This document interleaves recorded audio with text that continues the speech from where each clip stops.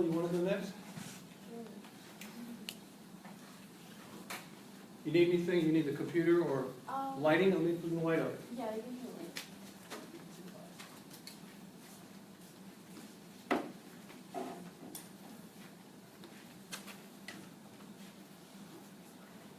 Hello, I'm Carla. I am first year and I'm in applied math AOC. I have like not much experience with like comp sci or like robotics or anything of that sort, but I wanted, like I'm interested in it and I've had like a little bit of like an intro to it, not too much. And so I wanted to do something that like involved a little bit of robotics and like a little bit of art. So this is technically like a drawing robot, and what it does, it's like a spirograph, and it's like, so like, go in and like, draw, it's like the whole circles, and it has to do a lot with mathematics and stuff, which I didn't look too much into because I didn't have time, but it's definitely something that I want to go into more and study. So basically what I have is, what I had before was it was gonna be like a little car and it was gonna move and draw, but I had to like change it so that I could do different things like so I could make it like, because at the moment I couldn't make it as cool as I wanted it to, so I had to like change it a little to make it still do something interesting with what I had at the time. So what you have here is like, you have like the two little motors from the car, like what it would normally have. And then I actually even have like one of the car wheels to help me move this little platform. And then I made it all like out of like just things that I had with me. So like these are Jenga pieces.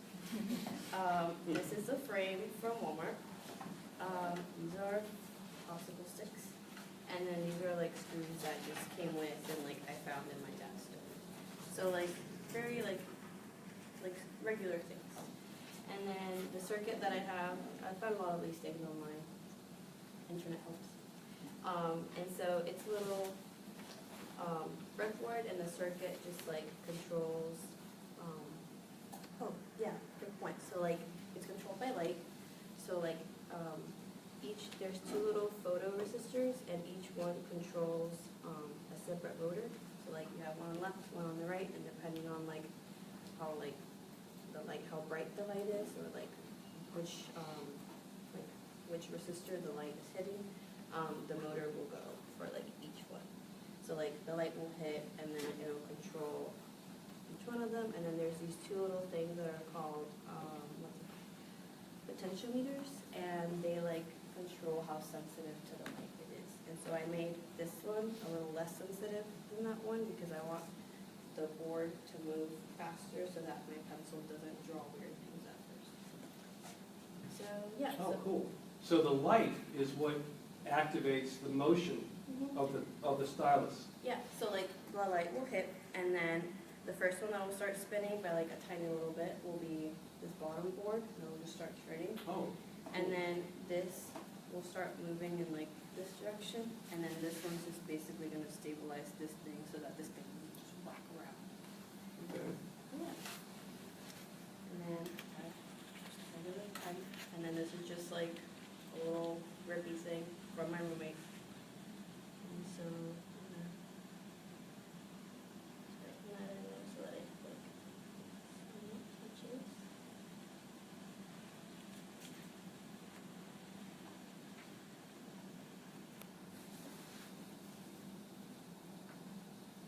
The hardest part is Here, let me show you a little trick here. What I would do is I pull this up, I force this up, and then I push the pin down, and then I just let it drop. And it should fall on its own, to its own force. Is that going? It's not moving. Hang on a second. That's not.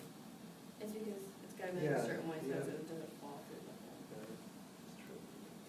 Here we go. Let's try that. There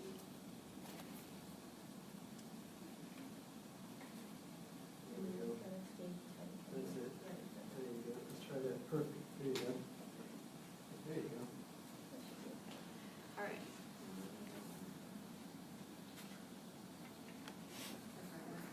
Oh, yeah, we need the light. So yeah.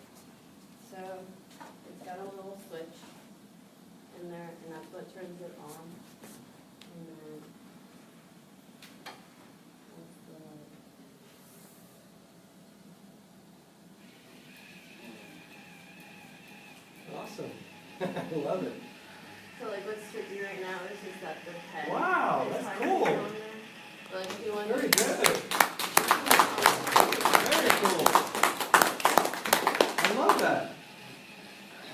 And move the light around it, right? So it'll be like create some eccentric sort of designs because you have two sensors on there, right? Oh, look at that.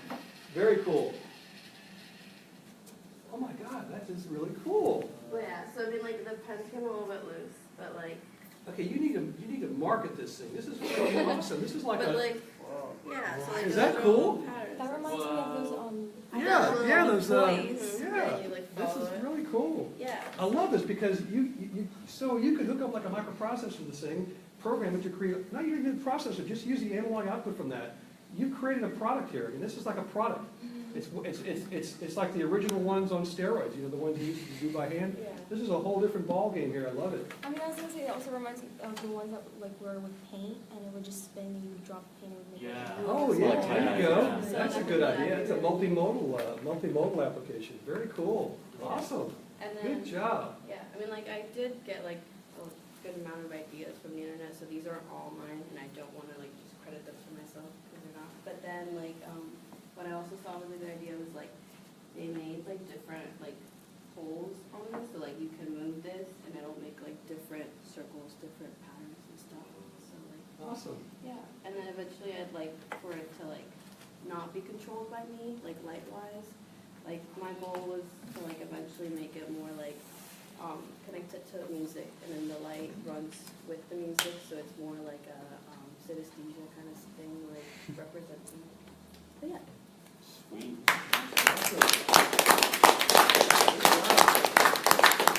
Any questions? Yeah. Comments? Any feedback?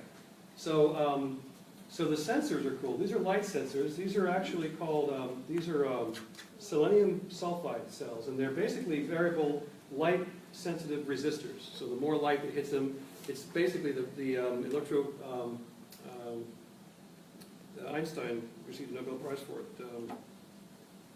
Photon effect. Photon. What do they call it? What's it called?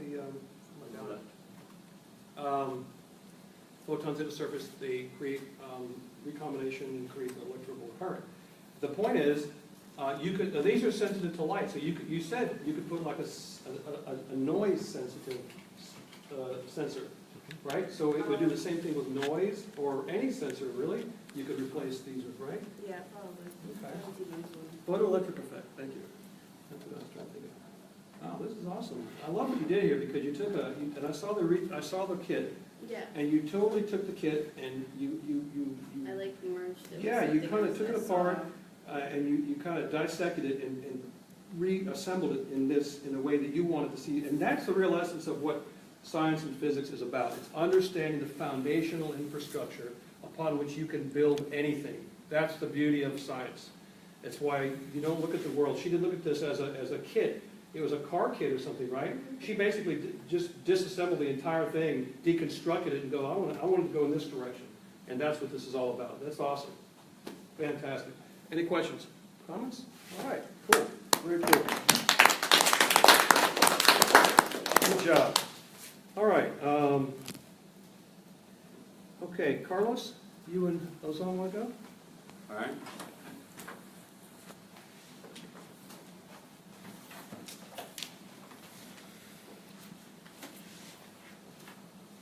What's up? I'm Carlos. I'm Ozan. Since the assignment was to combine something that we're already doing with an engineering component, we decided to team up on this project. And pretty much Ozan does computer science, and I've been creating this project that I'm going to present to you guys throughout the semester. So we figured maybe Ozan could create a product to provide consumers with a product as effectively as possible while informing them of all their options. So this project was intended to solve a problem which occurs regularly in the real estate industry, and anyone who has ever had any experience in the real estate industry knows that often properties depreciate due to soil or groundwater contamination. And home and business owners, as well as realtors, find themselves unable to sell a property or get a loan on a property because it doesn't meet Florida cleanup levels or whatever their state is cleanup levels, right?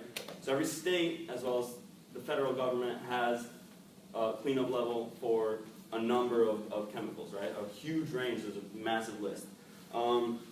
So what options do people have in the industry in terms of soil cleanup? So traditionally, real estate remediations have required expensive processes like thermal desorption, which is essentially heating it up until all the components come up and then you clean it out, or dredging, which is obviously like you pull all the soil out, replace it, super expensive. Either pull it all out and clean, or pull it all out and dump it, which is they're both super expensive options. And groundwater treatment has required pump and clean remediations. So these are really expensive options, not available for everybody. Really for the private investor, it's not a safe option. For the public investor, it's not really a safe option. The only people that really do these large-scale remediations are people that are investing in a property that's going to essentially give a return. So I'd like to introduce an alternative option to some of these traditional remediation methods, which is applicable in certain scenarios. Phytoremediation means extracting heavy metals and organic pollution from the groundwater using the selective installation of plants which rapidly perform transpiration and are tolerant of high concentrations of contaminants in groundwater. This is a cost-effective way to extract heavy metals, oils, polyaromatic hydrocarbons, and excess nutrients from the soil in a contaminated runoff area. Phytoremediation is approved federally for use in full-scale restoration of hazardous waste sites. I've got a couple case studies here. In one petroleum spill case, 90% of contamination was removed within 3 growth cycles using black widow, poplar, and cattails. And these are all Florida cases. In 1996 and 1997, chlorinated ethene concentrations in Florida groundwater were unsafe for consumption. So as part of a remediation effort, the state installed a phytoremediation garden with poplar and widow. I'm sorry, what's the term? Phytoremediation. How do you spell it? Phyto, like plant. Okay. Phytoremediation.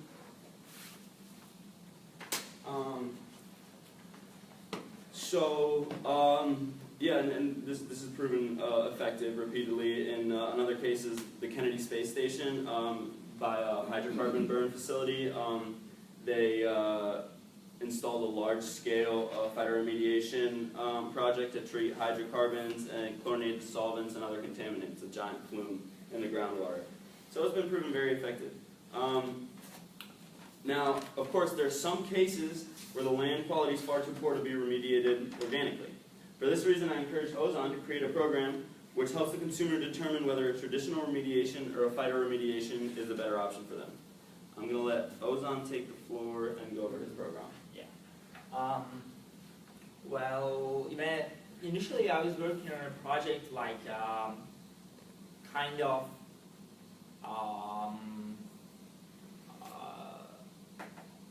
I forgot the word. Kind of like imitate the synesthesia in an app and actually listen sound from the surroundings and based on the pitch that it's receiving, spit out colors all over the screen, and it's kind of come up with very psychedelic original looking pictures, because here and there you see this was alive and then Ozan Gökdemir was alive on Facebook. This is going to be something that you can incorporate with Snapchat or Facebook or Instagram, and you can. Ozan Gökdemir is alive right now, and music concert or music festival or something, and I'm listening, and I open up my phone, or I open up this app, and it's listening to the music and spitting out colors, and I'm sharing this with people. So people this is an encouragement for people to travel around the world and collect voices and in the forms of memories. But this is a very complex software project for me to do at this point. I'm taking a computer science with with a novice programming skill levels. That's why I decided to join Carlos in this project, because I actually see a business opportunity in here. As you can see, the current options that we have right now are not very plausible. They're not environmentally friendly, and they're not economically sustainable. That's why we need something else to like change the game. And Carlos seems like Carlos had a like pretty good idea. That's why I was working. I joined them pretty late, like a week ago, and I started to work on this project instead. But like data, it's a bunch of like data processing that we need to do in this program. And the data format that the Florida state government is providing is a simple PDF file that is the hardest thing for a computer like programmer to process. That's why I start to like write a whole API, a whole web service that can like take that data, turn it into a format that could be like used in a computer program. And that's what I've been doing for this like past like 5 days, and it's going pretty well for me. And I've written like hundreds of lines of code. Problem is like kind of like Steve Jobs, like before the demo day, I had like a little bug that I couldn't fix. Like I had it like half an hour ago. That's why I couldn't bring it together to like show it in here. But pretty much what this thing is doing, it is enabling us to start this project as a total business idea. You're trying to sell a property. You come to this property, take the soil, test it, and the test is going to generate a number. A number, pretty much like an encryption of the values, like a random that is generated based on the values, based on the results of this like test. There's like hundreds of like maybe like 1,000 different like chemicals that you're like measuring for, and it's gonna spit out a number, and you're gonna like plug that number into this app. And that app is going to like give you a very like encompassing report saying that this chemical was like high, like found high in your property, this percent. This chemical was low, this percent. This chemical was like, should be like removed. So that's why it's going to give you an output like either this property is open for phyto remediation, or this property you should like follow the different like option in here. This is pretty much what I've been working on, but I failed to bring out a prototype right now. So just to quickly elaborate on that, when you're doing a soil test, you first do a phase 1 soil test, which is where somebody pretty much at a center with their computer looks up the history of the place, finds out what exactly has been around, what the threats might be, and if they think you have a concern, they'll formalize a phase 2, which they'll essentially give you a list of components that you should test for. And what this app is intending to do, so that I don't have the Florida cleanup levels up, but it's a list of I think like it's over 150 chemicals. So the input is going to be like once you get your phase 2 test, you have maybe 3-4 chemicals that you're testing for, and you're going to be able to input those and receive a return just on your. You're going to be able to receive a return just on the ones that you tested for in your phase 2 test. All right. This tool obviously is going to help consumers come to an informed decision, right? So I'm going to really briefly talk to you about my phytoremediation application here in Sarasota. So Sarasota Bay's coastline is 56 miles long. It's home to 1,400 native plants and animals, which occupy a variety of niches between mangroves, seagrass beds, coral reefs, hard-bottom substrates. And the bay is threatened by human activities such as runoff from 41, the airport, leaky septic systems. There's a lot of runoff problems, right? So stormwater runoff is number 1 on Sarasota Bay Estuary Protection's list of environmental impacts on our bay. Since there's so much concrete and other impermeable surfaces adjacent to the bay, most of the rainwater goes directly into the bay, and the patches of natural land that remain there to perform the function of filtering pollutants become super saturated and unable to filter further, right? So as rainwater floods Bayshore Road, it's picking up all sorts of toxins, gasoline, fertilizers, anything that can be moved, carried, or dissolved in water, and this can be very hazardous to the bay, causing phytoplankton blooms and other negative impacts, right? So I've been working very hard this semester to design and implement a phytoremediation garden here on campus. And I'm very excited to let you know that after months of a lot of bureaucracy, my plans have been endorsed by the New College Landscaping Committee, and the New College Council of Green Affairs has generously awarded $880 to go toward the implementation of this project. So, Fantastic, congratulations. So throughout the next semester, I'm going to be installing a Pioneer phytoremediation garden by the retention pond in Caples, and Is this a pilot, a sort of a pilot project? this is a pilot project, yeah. So Okay. it's just something. What would be your metric for success? At Yeah, the end of the project? we're doing it, so this is like the procedure, we've done our initial soil tests. We found like very high heavy metal concentrations. We found a number of polyaromatic hydrocarbons. It was actually, it's pretty bad soil, honestly, and it's also like pure sand, so the nutrients drain, so it's not nutrient rich. We're basing our metric. We're doing a final soil test. This has all been funded by New College, as well as the installation. We're also waiting right now. I've applied for 2 grants. We're waiting to see if we're going to receive the Sarasota Bay Estuary Protection Grant. So that one is endorsed by Catherine Wallstrom, who's the head of my department. So she's been super helpful and really, in a way, saved my ass when I was doing that application. So yeah, I'd like to extend my thanks to her, extend my thanks to Ozan for his help with the program. Even though he doesn't have something to show you now, he's been working really hard. He's made some good progresses. So Wow. Do you know the name Fritz Fallhaber? I do not. Okay. We'll talk about it. Okay. This is awesome. I have a couple of questions. All right. So you're looking at specifically at ground contamination. Yeah. Underground. Soil and groundwater. Yeah. And no surface contamination? Well, yeah, soil. Okay. A lot of these. So that's the thing. Like this garden that we're doing here is mainly surface. Okay. Because it's I'm installing, it's partly annuals and partly perennials. Annuals are going to be creating a much much more shallow impact, but it's not in terms of quantity, but in terms of actual breadth. Okay. They're going to be removed. I think it's like 5-6 months into the project is the plan. They're going to be removed once they've done enough bioaccumulation. Okay. Another metric that we're considering, it's basically capital dependent, but we're thinking we can chop up those annuals and send samples to see if they've uptaken. Why those particular plants? Okay, so the plants that I've selected for, they were very carefully selected because A, they have to perform a good phytoremediation. Second of all, they have to be drought resistant because I wasn't trying to How did you know that those plants exhibited that?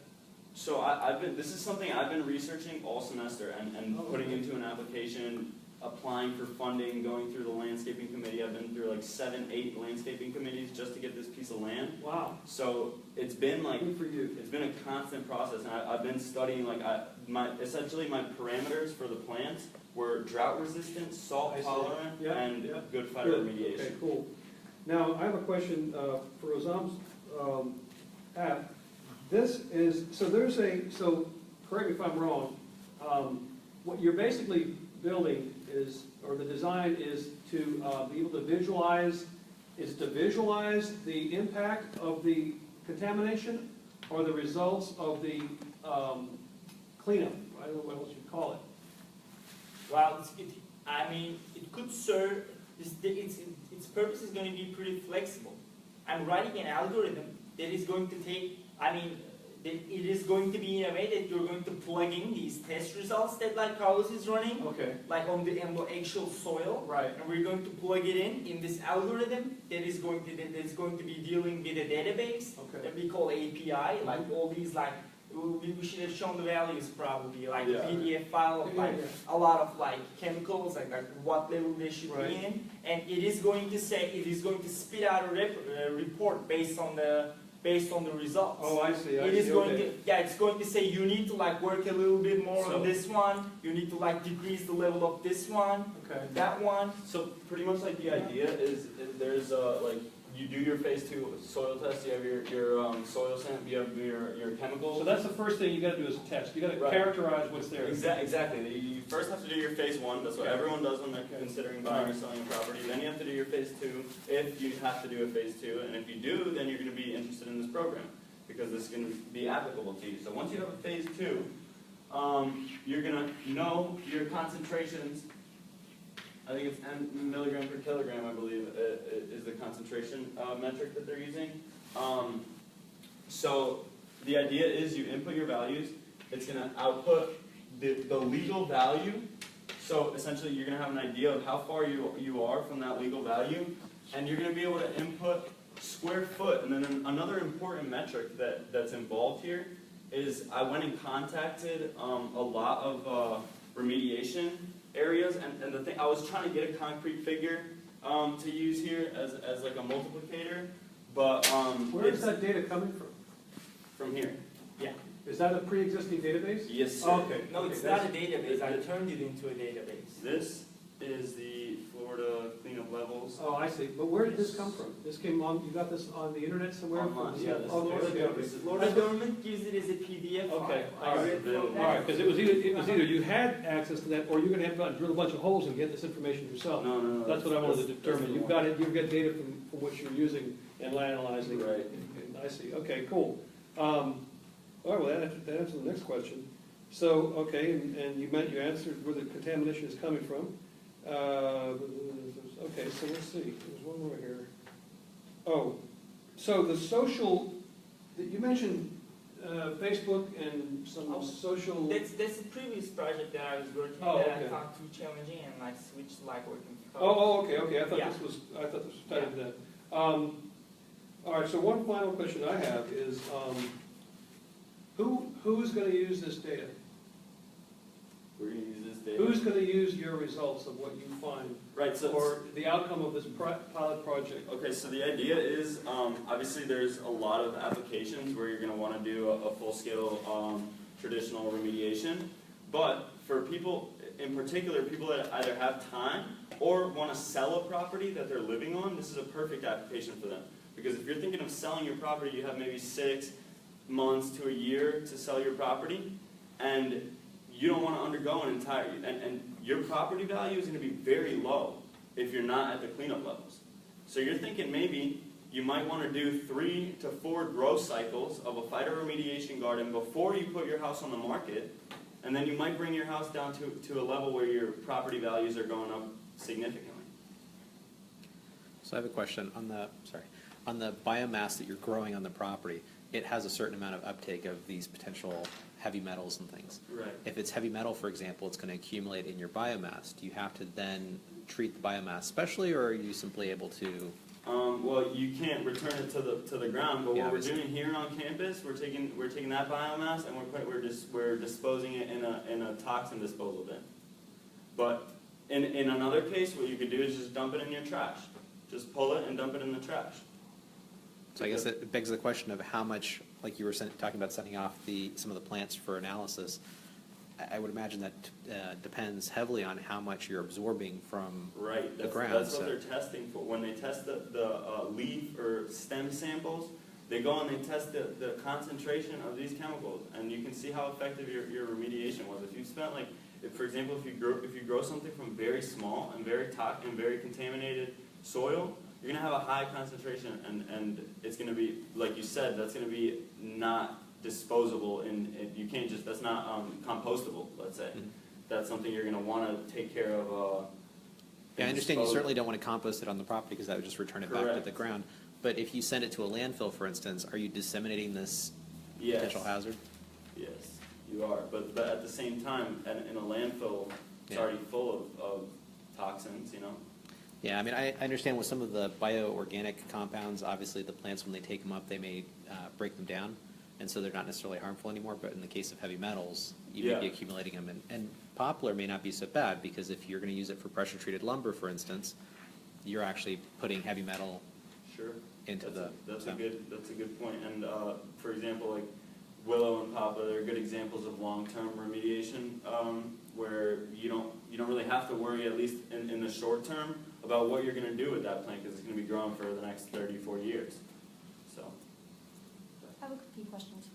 Who are you sending the samples to? University of Florida, they've got a soil testing lab. I've been encouraging New College to try and get one, because I know we've got a lot of students that do it. I'm super interested in soil microbiology and appliance and environmental stuff. That's the closest thing to microbiology and environmentalism is like marine microbiology, and that's not.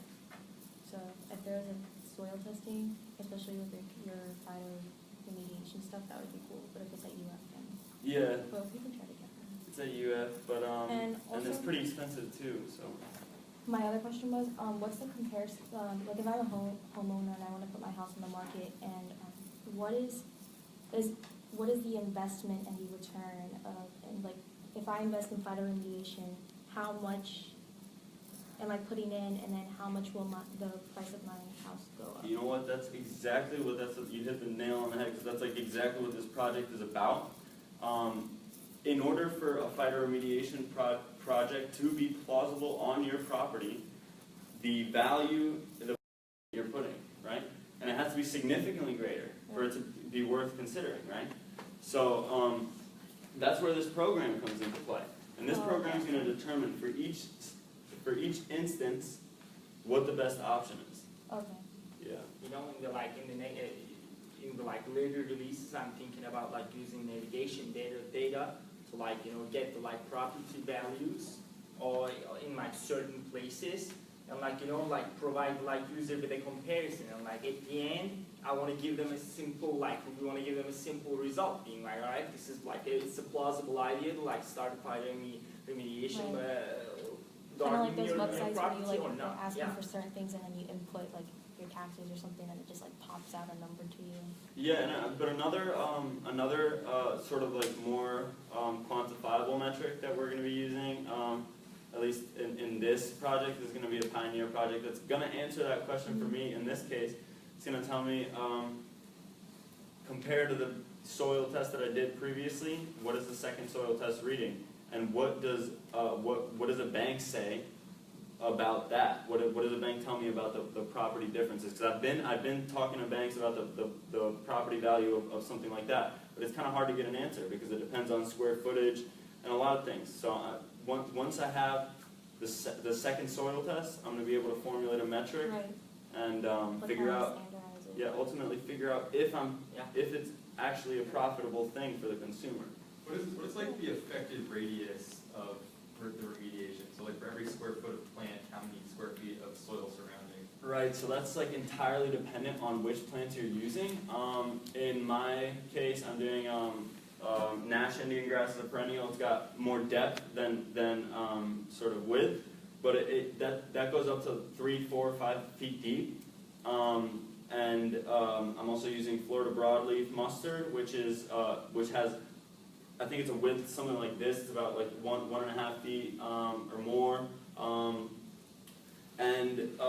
Probably one of the more impactful ones, I'm doing a Mexican sunflower, which grows, it accumulates massive biomass. It really like goes up to like 15 feet. So I don't really know what the root is. So like you have to, I guess you have to plant this remediation garden on your entire property. Like every square foot you own has to be covered in order to. Well, at least like you can rotate your crops, so that you can have sections, like maybe have like a few lines that rotates every few months. Yeah, something like that would be plausible. But yeah, any other questions? I have a couple of comments, just some ideas I just thought of that you might think about. One thing that concerns me more than anything is the accuracy of your data that you're getting from the state or any agency. And I'm using a case study up in Long Island where my daughter used to live. They just recently moved, but where they were, we went to their house one day, and there was this big truck at the end of the block with a big drill. They were drilling down, and all these state cars and vehicles, and I said, "What's going on?" And they said to me, "We're trying to track a plume of contamination from a plant a mile away." And I'm just visualizing this disgusting, grotesque plume of whatever it was they were tracking. And then it dawned on me, I never even heard of this. where is the data? How do I know the data is even accurate? So, assuming it's not accurate, you could make it accurate and determine maybe for yourself how accurate the data is, and then provide that feedback data for the database. Number one. Number two, I got another crazy idea. So you said you take the plants, you plant them, and then they absorb the toxins and so forth, and you have to take the plant, remove it, and go test it somewhere? We don't have to. You can just remove it and dispose, and then Okay. you can test your Well, soil. what if you were to create some sort of synthetic plant that actually performed the analysis in situ, I mean, right there in the ground? I don't know, some way that changes color, or Yeah, I mean, some that- crazy guided DNA way, or You could So something that something. That's the thing, like with soil test, I actually have an answer for both of those points. So first of all, when it comes to accuracy, like this data isn't really, you can't really characterize it as accurate or not accurate because it's cleanup levels. This is like a legal limit. So it's like, oh, the speed limit is 50. Oh, you can don't have really know. Okay. X concentration of X chemical. Right. So this is like a boundary. It's like Okay. a concrete, set in stone legal limit. As for the second thing, that's an awesome idea. But it really seems that when it comes to soil testing, it's super expensive. You can have like these soil testing kits. I have a few of them that they test for nutrients. So I see. they'll test nitrogen, phosphorus, and usually I think they test also calcium and potassium. So those are you can test for that, but that's not really what the phytoremediation is concentrating on. And soil test for more for higher chemicals, Right. it's an expensive Okay. ordeal. So All right, cool. And the only other thing I wanted to say was, put it on the board here, because I think you guys should, I apologize, I wish everyone knew about this before Friday. This is one of the coolest hackathons I've ever seen. And if you go to the website, if you go to this website, you especially will see things that you will be able to use and could have even competed with based on what I saw. And you might even get some ideas from this. And all of you might see this as a potential opportunity. But go to www.softworks.org/OpenWorks Hackathon. I think it's open, WERX-hackathon.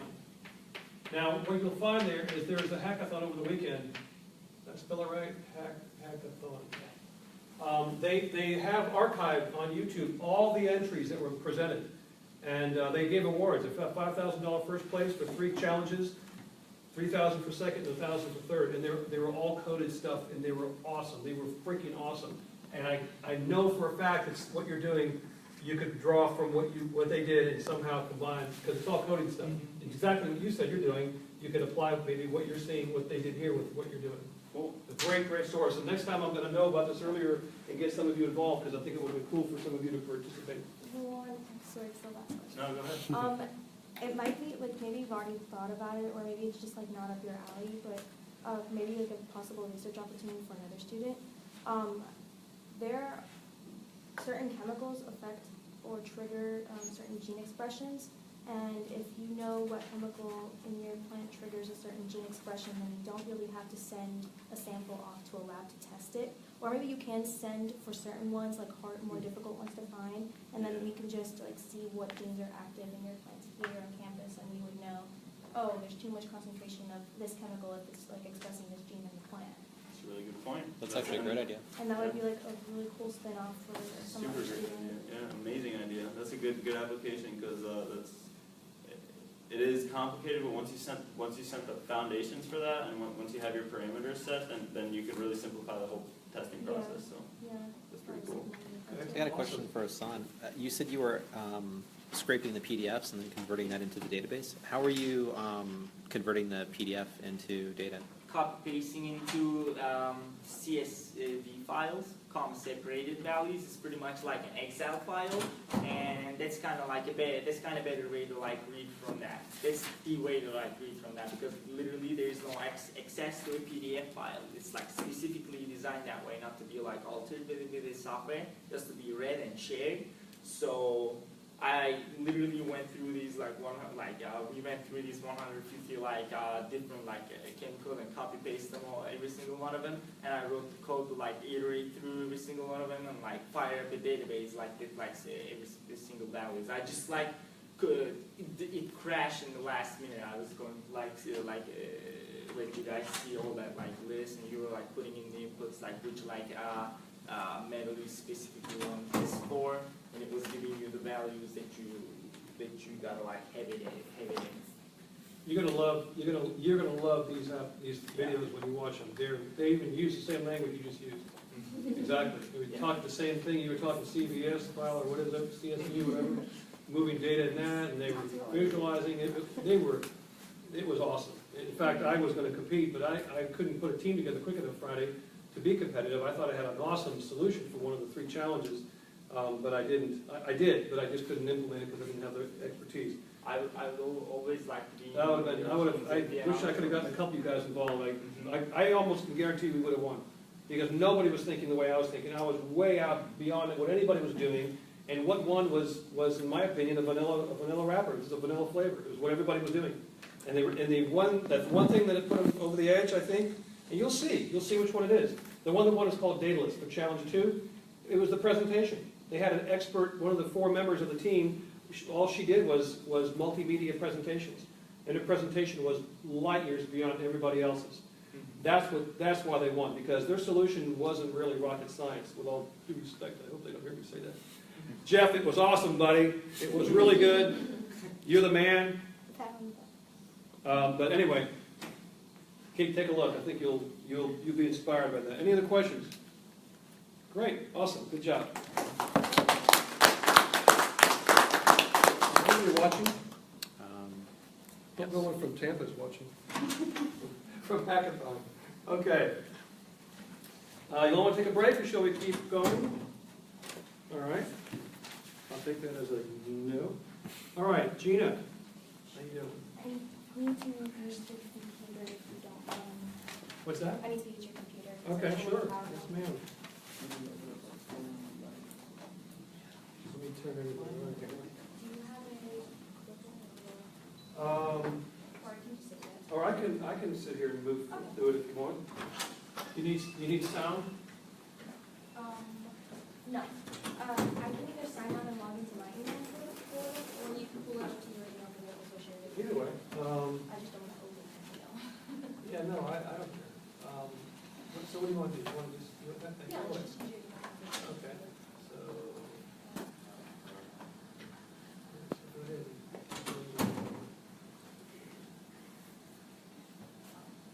Oh, wait. Oh, well, you can shine this down here. Okay.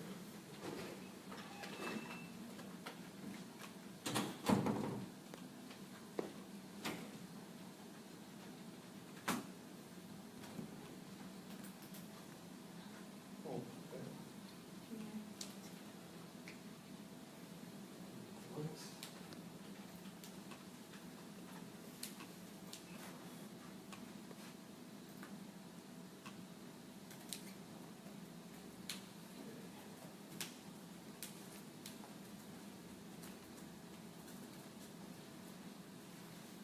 And by the way, on those challenges, one of the guys that was there won his 2nd challenge in a few months. Jeff, a student from USF, mechanical engineering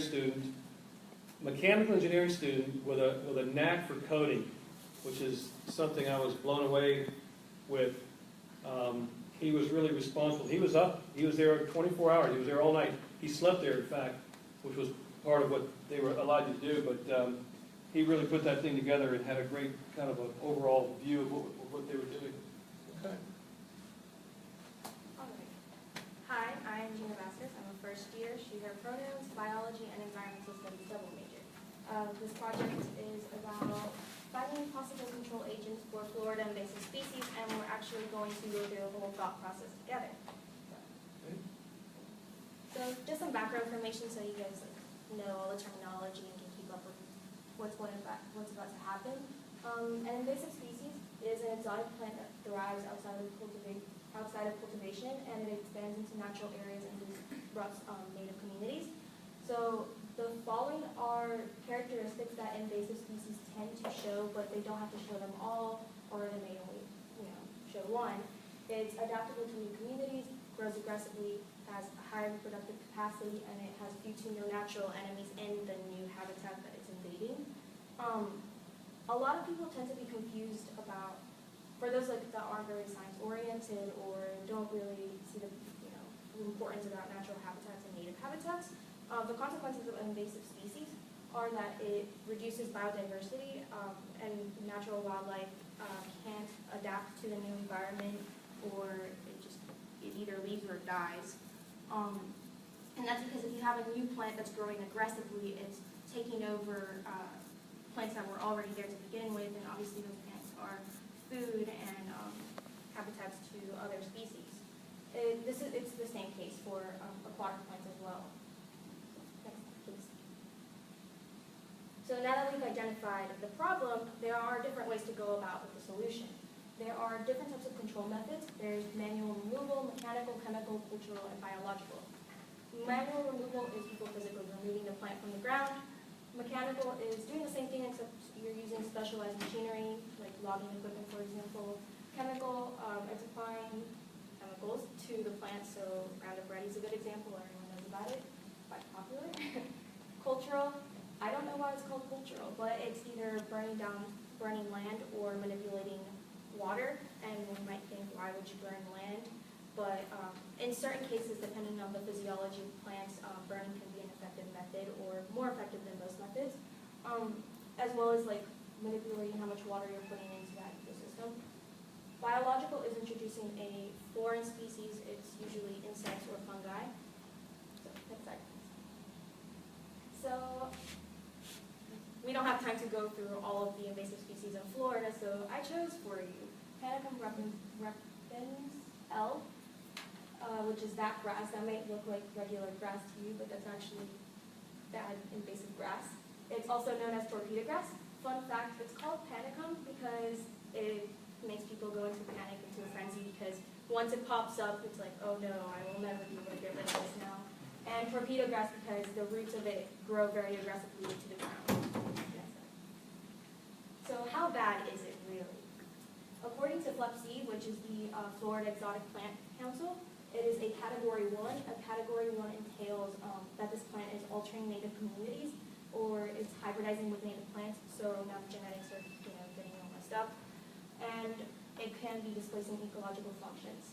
So UF-IFAS stated that it costs about $2 million a year in management control systems for this plant.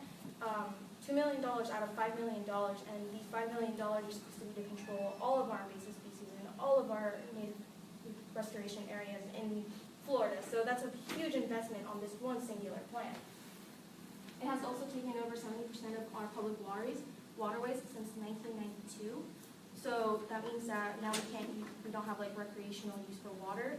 And one might think, like, how does grass affect how we can use water? It does, because if it takes over this entire, let's say this marsh or just this lagoon that people go canoeing in, you can't go canoeing through grass. And more importantly, you can't, if it's taking over waterways, that's also affecting like our water source and our water supply. And right now, at the moment, the most effective solution we have is glyphosate, which is Roundup, about a 2 to 3% solution, which is like the common amount. Something to keep in mind about Roundup is that it's non-specific, meaning that you put it on anything and it's going to die. So now that we know the basics of control methods and what invasive species are, well, you have to know a little bit about the plant physiology, but I just kind of did that for us. So let's go through the thought process of what you would have to do. Okay, torpedo grass has little to no seed germination, and when I first heard this, I was like, how is it that big of an issue in the state of Florida if it doesn't reproduce with seeds? Like, there's no seeds spread anywhere. And this is due because it spreads vegetatively, meaning that for example, if one plant is here and you see torpedo grass sprouting and another one here, those are actually probably not two separate plants. They're probably connected by a ginormously long root. So even if I pull that one out, there's still the entire root in the ground. And by the way, those sprouts are called rhizomes, which is down there. And it also thrives in wet and moist environments, specifically water, which is probably why it's taken over 70% of our waterways. So because it spreads vegetatively, that means that physical and mechanical removal are out of the question, because if you cut it down with machines, you're actually probably spreading it more than you are getting rid of it, because the parts of the plant are probably getting stuck in your I don't know, lawnmower and then just going somewhere else, and then you're just gonna make it grow somewhere else. And then physically pulling it out is just so much manual labor just to still have the roots in the ground, and it's gonna sprout again, right? So, cultural control is probably not a good idea either in this case, because fire disturbs the soil and fire does not kill everything. So if you're just disrupting the soil and you kill off all of the native plants and there's still these strong torpedo grass roots in the ground, it's just gonna sprout up, and now that there's nothing and that soil is just completely bland, like there's no other plants there, it's actually going to take over that entire land. And you can't drown it because it dries on water, so we can't use cultural control. And the reason why I said no to chemical control is because the problem is predominantly with water. So if 70% of the plant is taking over our waterways, and from an economical perspective, you want to make the most out of what you're doing with your resources. I don't really want to spend my time and money spraying chemicals on land if I can't even implement that method on water, which is our main issue, right? And it's just not, it's like not good, period. And I don't know anything about chemicals. I'm not a chemist. Next slide, please. So just to give you some perspective as to what rhizomes look like, this is all one plant, but if you were to just, this would all be in the ground and all you would see is multiple little plants. It's not. So we're left with biological control. And I put some thought into it, lots of research. So we have to think about what the root of the problem is, the pun. It spreads vegetatively, and this seems to be the main source of the problem, quite literally, because it's sprouting from the roots. So we want to target the specific problem. So if we want a biological solution, we want something that's going to target just that and only that. There's no point in eating the leaves. There's no point in like a biological control agent doing anything else, especially considering that this is another species that's alive. We don't know what it can do, so we want it to be highly specific. With some research, I found this fungus that I can't pronounce. It's a rust fungus that is actually the host to Panicum rumpus. Host meaning that it predominantly grows and lives off of torpedo gas, and that is it. Which is great news, because that means that if we were to implement this fungus into our native habitats, there's a low chance of it getting into other plants. It's an endoparasite, so it thrives on the internal organs and tissues of plants, in this case, and in animals, but since it's an endoparasite that's the host to torpedo grass, it's not going to go to anything else. Which this is also good news, because that means that it's going to target the roots of the plant and not like a chemical that's just killing off where it's sprayed and that's it. And this fungus, it's strong enough to kill when it's young, but once it grows older, it does damage and it makes the plant sick, but it doesn't cause them all to die, which is actually a positive thing, because it would be sort of a risk factor to put a very strong species out and risk getting other plants infected. So, next slide. I know that probably sounds kind of odd, that why are you going to throw out a fungus that's not even native to Florida or to this country out into our habitats? This is actually a pretty common practice. For example, everyone's pretty aware of Melaleuca. We used it to drown out our waterways when people wanted to come into Florida. Disney used it a lot, fun fact. And now we're using weevil bug, I think it's called, to kill Melaleuca, and it's very effective and highly specialized. That's one case. Another case is yellow star fizzle. These researchers put it in a chamber, and they put a fungus that they thought would kill the plant in that chamber, and they put it under 12 hours of light. So for 4 to 6 days, the spores of the fungus spread to the blah, blah, blah. It killed the plants. I'm not going to get into the specifics of it. So this is just a case study, an example that fungus can kill plants and biological control agents do work.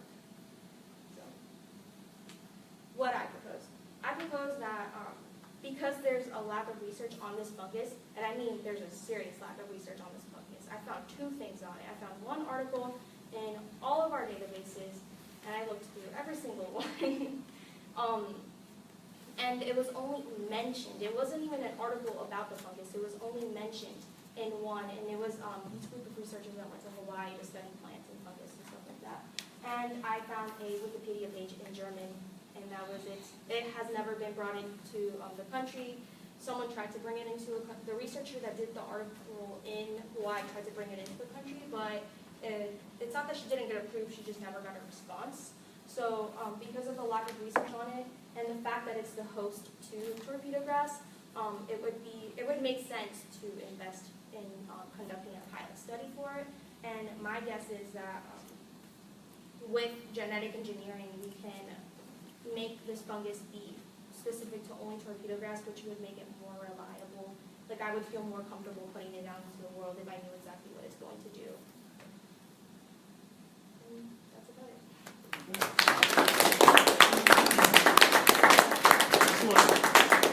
Any questions?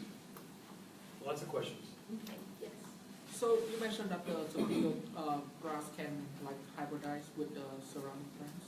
Well, a characteristic of an invasive species is that it can hybridize with other native plants. Not that it will. I'm not sure if torpedo grass does. I don't think it does though, because it doesn't germinate with seeds. Okay. Yeah, because I was thinking like, what if the grass can hybridize with the with other plants, and then would it gain resistance to the parasite that you working with to get rid of the torpedo grass? Right.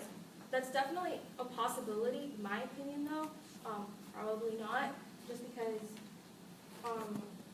other species, for example, they have like cousin plants that are native to Florida, but they'll be an invasive species. Like this difference between them will be so minimal. Yet one is an invasive species and the other one is related, and it's not. I would see some sort of association with that happening in that occurrence, but since there's no like similar torpedo grass native to Florida, I don't really see that happening. But it could totally happen. Yes. So what you're proposing here is that we biologically introduce a sort of new organism to counter this torpedo grass in a sense. The closest sort of similarity I could kind of relate this to is back when rats were introduced to the Big Island of Hawaii, and we had those there, and then what we did to counteract those is we introduced mongoose. And so then the mongoose began breeding rapidly, and then we had both rats and mongoose in the area. We had two separate invasive species. Why do you think this would be different than that? Why do I think it would be different than that? Well, this introducing biological controls is a frequent thing. Like it's happening all the time around you. There's actually USDA trucks that just drive around secretly, and they're like, you'll see them in a bush at McDonald's, and they're actually just putting out insects in that bush to control something. Biological control agents go through rigorous testing now. For example, when you identify a possible biological control agent, they send it to a laboratory in China, and it can study in China for 15 years. And the reason why I say China is because they have a lab that they specifically recreate into that ecosystem that you want to put that biological control agent in. So once they test it in their remake of the ecosystem and they approve it, if it gets approved, they send it back here, then we test it for a shorter amount of time, then we implement it. So this process can take up to 20 years to effective, like if you were to, on a statewide scale, it would take 20 years to implement it. So that's interesting. I want to kind of elaborate further because when it comes to like biological introductions, there's been like a lot of problems historically. There's been successful cases, obviously, but there's been a lot of problems. So I was wondering, you said this thing is pretty targeted, but how targeted is it really? If, let's say, it eats all of the torpedo grass, what happens next for this fungus? I don't know. Like I said, there's no research on this fungus at all. That's what interests me, is to conduct a pilot study to find out the effects of it. This could be like a total disaster. I just see the connections now, and I want to see where that takes me. Does that make sense? I have a couple of quick questions. I never knew what Roundup was until now. Roundup. The question I have, and who makes it? Monsanto? Monsanto? Yes. So I don't know if you've heard the controversy about what's going on with that. It was supposed to be a genius idea, and there's a lot of things going on now. But the question I have is scaling that type of solution down to this application. Why can't we do that? In other words, you said, you made an interesting comment, that anything that Roundup touches kills, Right. right?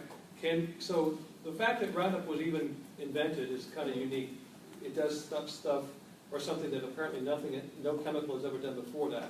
And we all know why it was developed, for grand high-line crops and things like that. It goes out and targets specific types of organisms and plants and so forth. And so if you create hybrids that are immune to that, then you can kill everything else. But if we've gotten that far, in fact, I'm wondering if Monsanto even has a solution, may have one that we just don't know about, that will be applicable to this particular type of grass, that kills that grass. Why is it hard to develop a synthesize a product that would target that? It's not that it's not viable, it's just that I don't know enough about chemistry to pursue Okay. that. And Monsanto is probably not interested in targeting one specific I got you. invasive species, considering there's hundreds. I got you. Okay. Something you said that concerns me. You said there's a lack of data. Yes. Now, what concerns me about that as a researcher and one who relies heavily on literature searches and information and data and so forth, if there's no data, and this is my conclusion, you may have a different conclusion, then that tells me there's no one working on the project, on the problem. Exactly. Okay. Well, okay. What we're doing right now, like what the government is doing right now, there's only one researcher at UF who's looking for another biological control agent for this plant, and my guess is that he's working on this because he did not say what fungus he's working on, he just said he's working on a fungus. Oh, interesting. And I have not found any other host fungus to this plant. But the only thing we're doing right now, apart from physically removing the plant ourselves, is just spraying Roundup on it. Okay. I'm going to make one last comment that I never thought I'd hear myself make in my lifetime, but I'm going to make it because I think it's pretty cool. And this goes to, this actually is applicable to a few others. And I know this is going to sound a little bit crazy, but this is where we're going. Think about how this might work on Mars or another terrestrial or extraterrestrial location, because eventually maybe in my lifetime, certainly yours, we may actually be occupying those other places. And just like in the movie Mars, or The Martian they call, we're going to have to grow stuff. And I just envision a scene having to go through and reinventing the wheel, having all these problems just on a whole new level because of the lack of knowledge we have with these other locations and the other materials that are associated with those locations. But this is a great practice, I guess, if nothing else, because we're going to see it. All right, anything else? Any other questions or comments? Yeah, you were saying that it invades bodies of water. How would the rust or the fungus thrive in the water? Would that affect It the... lives in water. It does. Question. Do we know how aggressive the fungus is actually, if it would essentially go and begin killing off other native wildlife in Florida as well? Or I know you don't. I know we don't necessarily know that much about it, but Yeah, I'm not proposing that this is the solution to torpedo grass or that it's effective or like that was not the point of this presentation. The point is like drawing connections to say that we should look into this because there's no research on it. And at least we would be able to like either, if we said this is a possible biological control agent, then we can go through that process of sending it out and testing it on a large scale. But if it's not, then at least we know it's not, because it's better to do the research than to just keep spraying chemicals that like aren't. It's just not effective because we still have this issue, it's reoccurring issue. I mean, we have it literally in our native plant restoration area. Okay.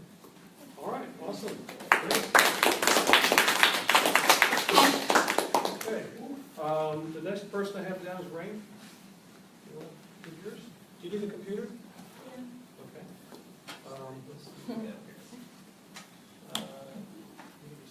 I'm logged in my account. If that's okay with you, that's okay with me. Just do whatever you need there.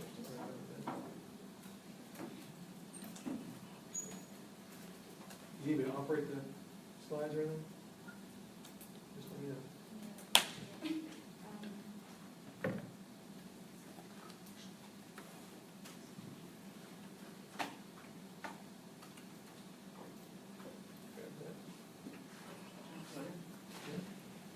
Thank you.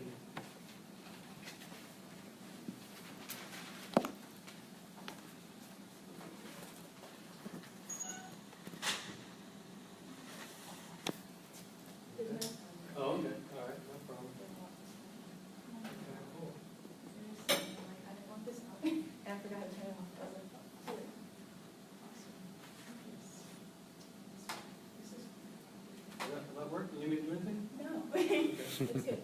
Okay, so I just have an idea for a video game. I didn't actually make it because the way I want to make it is obviously going to take like years and like a whole team and everything. So I was just brainstorming on ideas. So that's what I was thinking of. This is just a clip from like No Man's Sky because I was thinking about the creatures there. And yeah, so I'm going to talk about what I was thinking. So I was thinking like, okay, you know what was like a really cool game that could have been better, like Spore? Like it had so much potential when it came out in 2008. Everyone was like, oh my god, this is the best game ever. And then we'll write, like, I don't know, anyone, you know, like the Sims creator made it. I was like, that doesn't make any sense. And it was like really cool because you could use your creativity, you could like do whatever you wanted, make whatever you want and play it. It was all fine and good. So yeah. So I thought about like, you know, what do we actually like about it as a game? I was like, well, you know, you get to do whatever you want in the creatures. It's kind of sort of educational, but not really. You get to like make cool random creatures. You can encounter a lot of stuff, and it had like great graphics at the time. Anyway, 2008, everyone was like, this looks great. Everything's great. But yeah, now we're in 2017, and you know, we still don't have Spore 2. So it's become like the new Half-Life 3. So I'm like, okay, well, I could just take this idea and like change it and like make a totally different game. So I was like, well, Spore is kind of repetitive. It's still made by Will Wright, so it's still basically got some sim things going on that didn't really need to be there. And it was really hard to, like later on, like the curve of playing it, getting to the end of the game and actually finishing the game, or wanting to finish the game, and it became more of a, I'm going to make my creature and play it for like 2 days and then make another creature because I don't have time, like kind of thing. And so it was kind of boring after a while, and it was really, could have had more potential. And I was like, am I the only one who thought this was boring?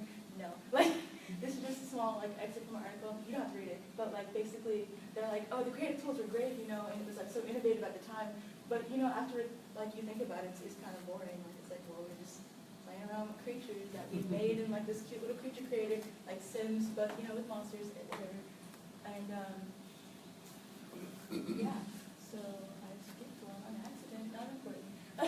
So then, and another problem with it was that it was kind of, the science community, even though it was like, oh wow, it's going to be great, we're going to learn about evolution, the science community was like, not really, this is not, ooh, like they actually gave it an F in Science Magazine for like evolution biology and all that. It was like, it had a good potential for being like a learning tool for a lot of kids, but it really wasn't, and they're like, you don't, it's not this, that's not how this works. You don't get to pick whatever you get from like eating bones. That's not how this works at all. If you die, like you don't come back, you kind of just dead. So it's not that great.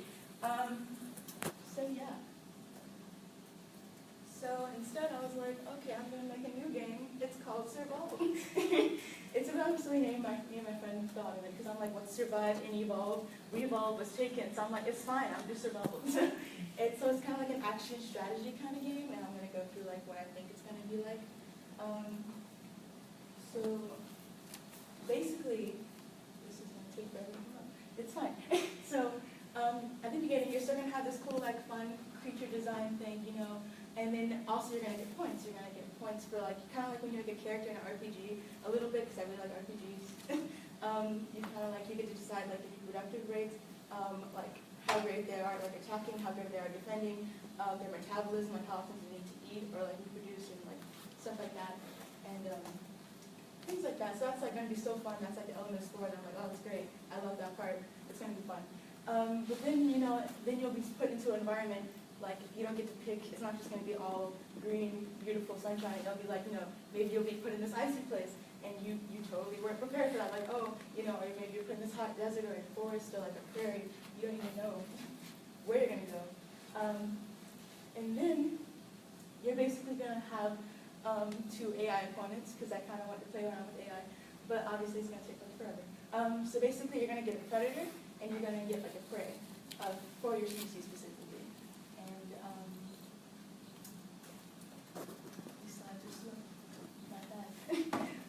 So basically, it's going to be like the moves you do are like, kind of like in time lapses of about like 1,000 years maybe. I was still thinking about how long it should be because it was like, well, 1,000,000 years takes, like, it's more like it, but I was like, well, I'll think about it. So I'm still adjusting how like long the time lapses should be, but like basically going to have like a count of like, well, how long are you here?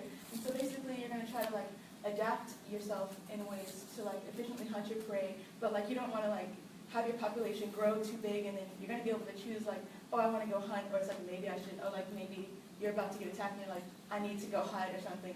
Or you can try to like build up your like attack so that way you can actually defend against prey that come after you.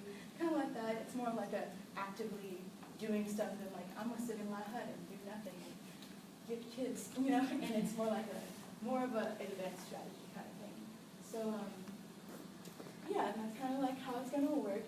You're basically, yeah, gonna go on hunting excursions, you know, you're gonna strategize and like against like, you know, how if this predator comes, you know, like maybe I'm in an icy tundra, but I'm like, you know, black or brown and I really stick out, so like maybe I'm gonna change like my skin to like be like white or something. But it's not really gonna be like you get to pick what happens. It's gonna be more so like random, like you know how like random selection works. It's gonna be random gene mutations when you like have kids or whatever, when they reproduce, and you get to pick like who do you want to actually breed together to like continue. Like maybe this person was born with like gigantic legs and you're like, oh, we can run faster. So you like start doing that and now your species has giant legs or something like that. So that's why it's on your child blaster, so that way like when you pick one, it like, now everyone's like that for the most part. And yeah, so I was like, I just took some screens from like No Man's Sky creatures. I think they look funny. And I kind of like the way it looks. So I was like, let's say you made something looks like one of these. I kind of just went ahead and said I like this one more, so like it's too late. We're using that one left. So basically, let's say you're one in the middle. This is taking further. The computer made the predator look like that, and your prey is something, whatever that is, that, you know, and that's what you're gonna do. That's the game. That's how it's gonna end up. And so basically, let's say you're in this environment. You know, it's like a giant jungle. My soda shot skills. So great. So basically, you know, you're here, prey's here. It's kind of like that. But you're obviously not going to be in the screen forever, but it's just like a conceptualization, like this is what the creatures would look like, this is what the landscape would look like, stuff like that. So yeah, so I was like, well, imagine somehow your prey evolved to look like that in the middle instead of on the floor. Your predator, you know, got smaller so it, you know, could actually move faster because it was huge and slow. And let's say that you adapted to like change color slightly so you'd be more camouflaged, or like maybe they can't see you as well, and like your people are kind of different sizes right now, and maybe now you hunt in groups or something like that. So like it's stuff like that. That's kind of gameplay. It's gonna be like, and yeah, maybe like I thought about changing it so like maybe like over a course of like maybe like 250,000 years, the like environment actually changes. So like now it's like, well, it's cold now because you know we got ice age or something. So it's like, well, now you got to change because you know it's cold and there's snow everywhere. So you're gonna stick out. So I'm like, you don't want to look like that on the right. I thought that was a nice picture. Or maybe you want to look more like this owl, which is like much better blended in. So like that way you don't have to die or get hunted. So yeah, I skipped the last slide, but it's okay. So basically, yeah, I want to target maybe like people 13 up who like, you know, like it's like I'm old enough to understand how this game works, and like I can probably figure it out if I really try, you know. And I wanted to give more like educational value because really like I looked at different kind of evolutionary games that already exist, and there weren't really that many. There's like a board game that's like ancient, and there was like this Discovery Channel game called like Charles Darwin game, and it was like 5 minutes, and it wasn't like really doing anything. So I was like, okay, this would be really fun. And so I was like, it's going to have like a lot of replayability, you get to try different things, and it's going to be more active.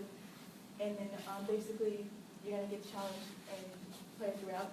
And I was thinking either the end of the game is either when, I'm not sure what was better, I was like, either you survived a million years, or, you know, you like basically extinguish the predator after like maybe going on attacks and being strong enough to like do that so that way your population flourished. Or I was going to be like, maybe your population reached like a really high level to where like your population will be steady, so that way you know your species will basically, for the most part, be steady unless like, you know, you're coming strong. So, yeah, that's my idea. Okay, awesome. Good job. Cool. Very cool. Any questions? Question over here?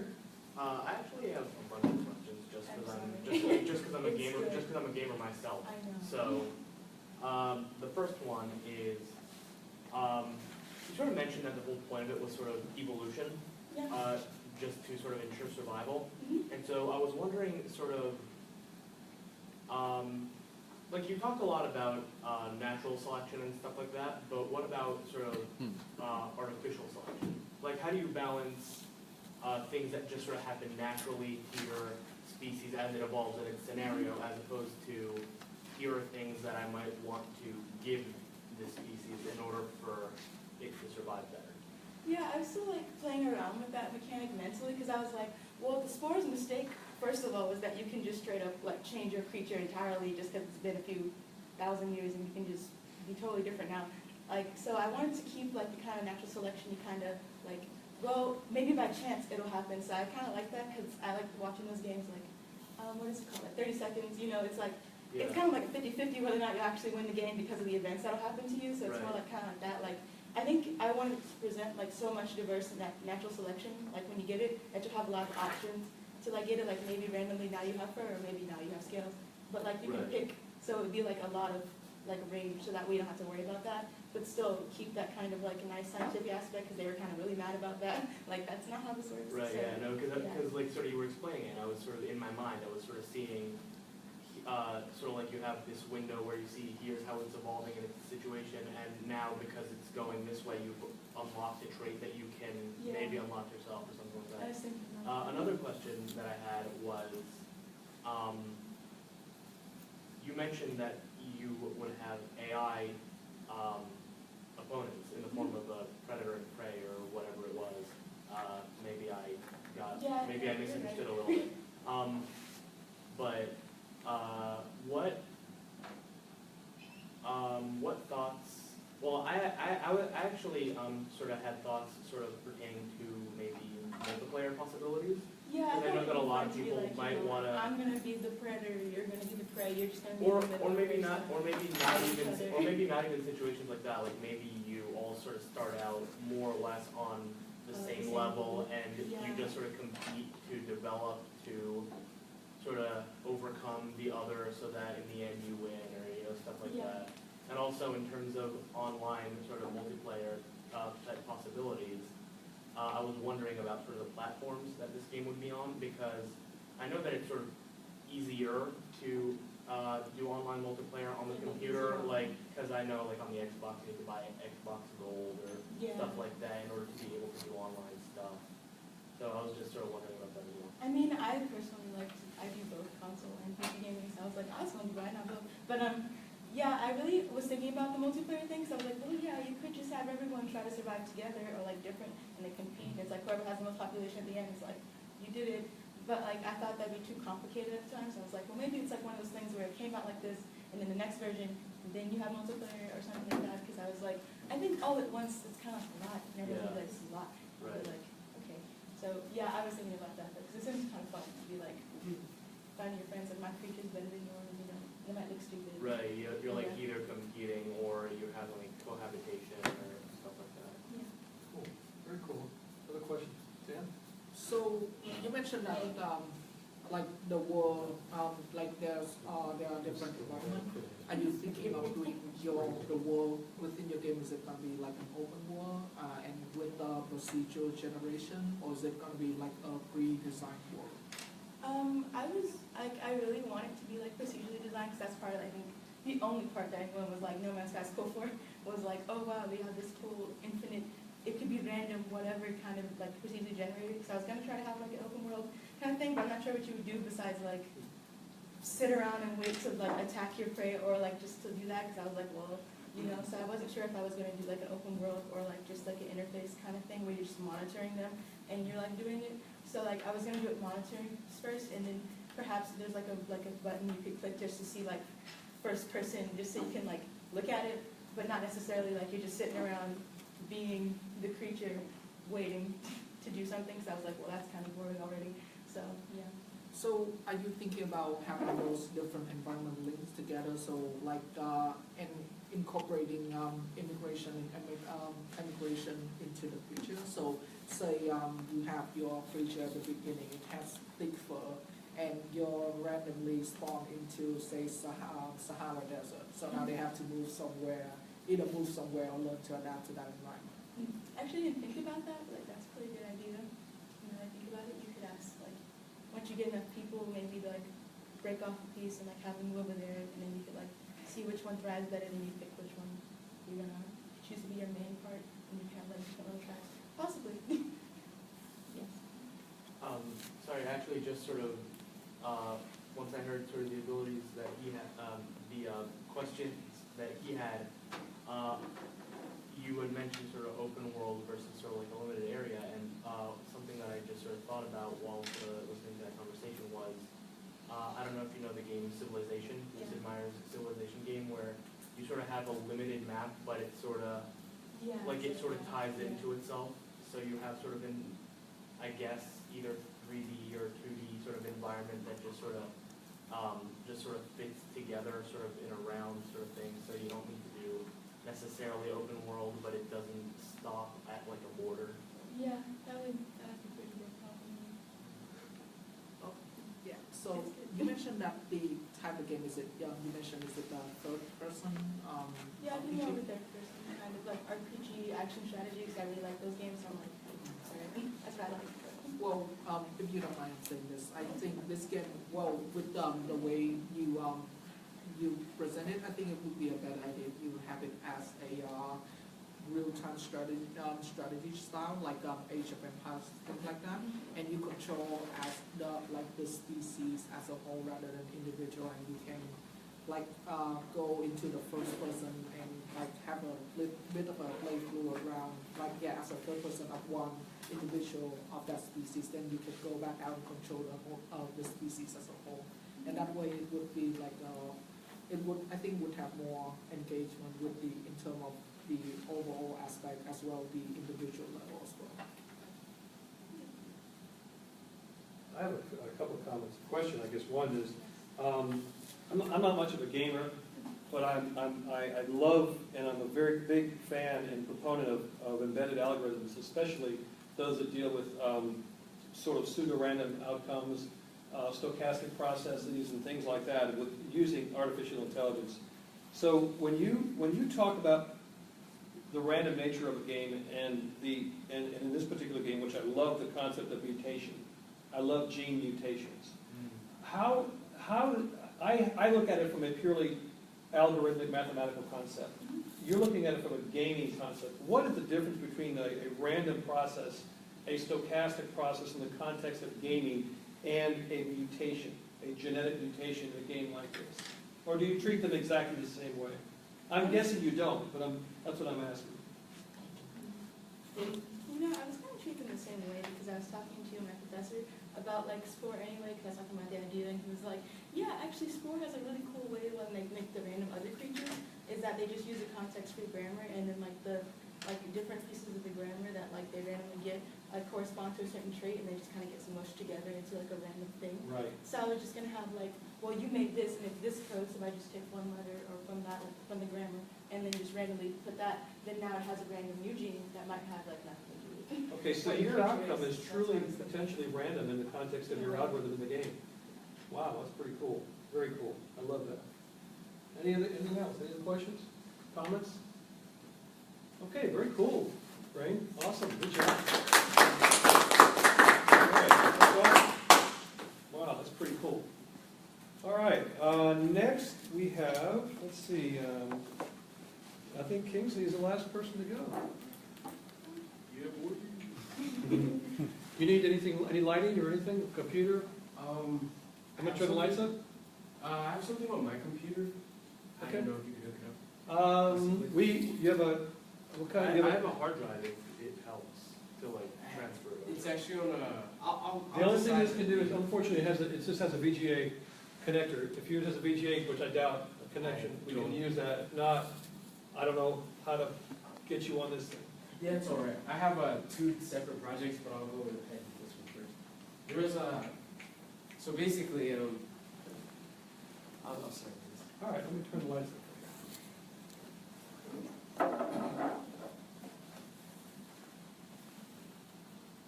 So for my project,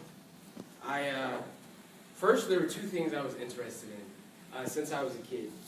I've always been trying to look for what my ambition will lead me to. And so ever since I was a kid, I was always interested specifically in science and music. And so my other project has something to do with music.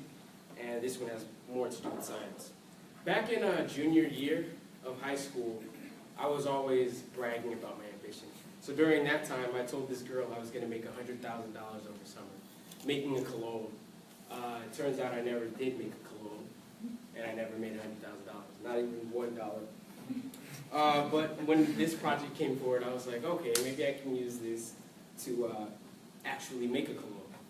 And during this process, I discovered one interesting thing was actually my grandfather, when he was about my age, he made a cologne, and he sold it in the city of Detroit, so he was a businessman with colognes. So here I have two different colognes. This is Saint Uno, and this is Saint Dose. They were both experimental. I made one before this, and it was made with what my grandfather suggested. So let me give a little background. For perfuming, it started off when people first found out how to make ethanol, and they also found out how to make refined glass. The scent doesn't stick to glass, but it will stick to plastic and other materials, wood, which would have been popular during the time. And it has a history in spiritualism and, of course, in royalty as well. Scents like myrrh, and they have specific histories associated with the Bible and Christianity. And so ethanol is the base that's usually used for alcohol, or for perfumes, and it's like 100% ethanol is what's used by perfumers nowadays. So I couldn't get 100% ethanol. My grandfather suggested I started with 40% isopropyl. Couldn't find 40%, I found 50%, and that was a disaster. It smelled of rubbing alcohol, so I didn't even bring that one with me, though I used the basic scent for Uno right here. So to make the cologne, you basically use a base alcohol. Because I couldn't get pure ethanol because of the taxation on it and other things, I got my mom to get me vodka. So I used that as the base for now. And what you do is you'll take essential oils and you put them into a carrier oil, which would be something like jojoba oil or grapeseed oil. And then you mix that with the vodka. And then for this one, that's what I did. I watered it down a little bit to lessen the scent, and it watered it down a little bit too much to me. And this one is just the jojoba oil vodka and the essential oils. So I also learned another thing in making this, which was there are base notes, middle notes, and top notes in scents. And the top note is what you first smell for the scent, and it goes away after a couple hours. Then the middle note is actually, which are the second scents, but they stay for a couple more hours, and then the base note, it stays for the last hours, which are 1 or 2 hours. But this allows for the scent to change during the whole time you wear it. I'm actually wearing one of them now, which is Uno. I want to pass this one around. This is my favorite one. You guys can smell it. If you'd like, you can spritz it. Another thing that happened because the vodka is not 200 proof. As you can see, and you can see it better in this one because this one has more water. I shake it up frequently, but you can see some of the oil is not mixed in there, and so that actually happened because it's 40% and not 100% ethanol. I learned that that alcohol is actually still polar, but it's able to dissolve non-polar materials because it is less polar than water. So I didn't know polarity. I didn't know that about polarity, that there were like degrees to polarity. And so 40% alcohol has a lot of water, 60% water, so it doesn't mix as well as the other things. My second project is more to do with music, and that's more of a personal thing I do. I actually have my music out on SoundCloud currently, and I have it on my computer. I was going to show you my whole process of how I make my beats and all those things, and I can't really show you because the program is on my computer. I have it downloaded there, but I was going to play some songs that I had. Right. But that's all right. I had this. Tell us your SoundCloud. Yeah, tell us a little bit about that.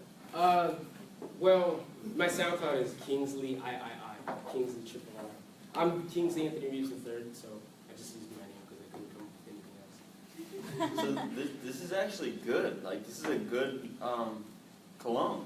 Thank you. The first one smells like a Spanish cologne. Yeah, it's what my Like- grandma smells like. I swear to God. And the second one smells like kind of manly. Like a nice smell. Yeah, Like a genuinely good Yeah, both of cologne. them smell really great. Thank you. It was very experimental, especially the first one that smelled like rubbing alcohol. That was really cool. I couldn't smell any of the scents, but I tried using some floral scents in it, and then some wood scents to make it more manly and masculine. And in the first one, I used some musk scents as well. And I like that. So, like, I think it's awesome. I think you could actually maybe go commercial with this. So I was wondering, what's the oil blender you're not going to tell us? Is that like a secret recipe, or can you tell us some of the oils? I can tell you some of them, I just can't tell you the proportions. Okay. So, for the first one, let me actually read it off my phone because I wrote down. But there are base notes, which are the woodsy smells.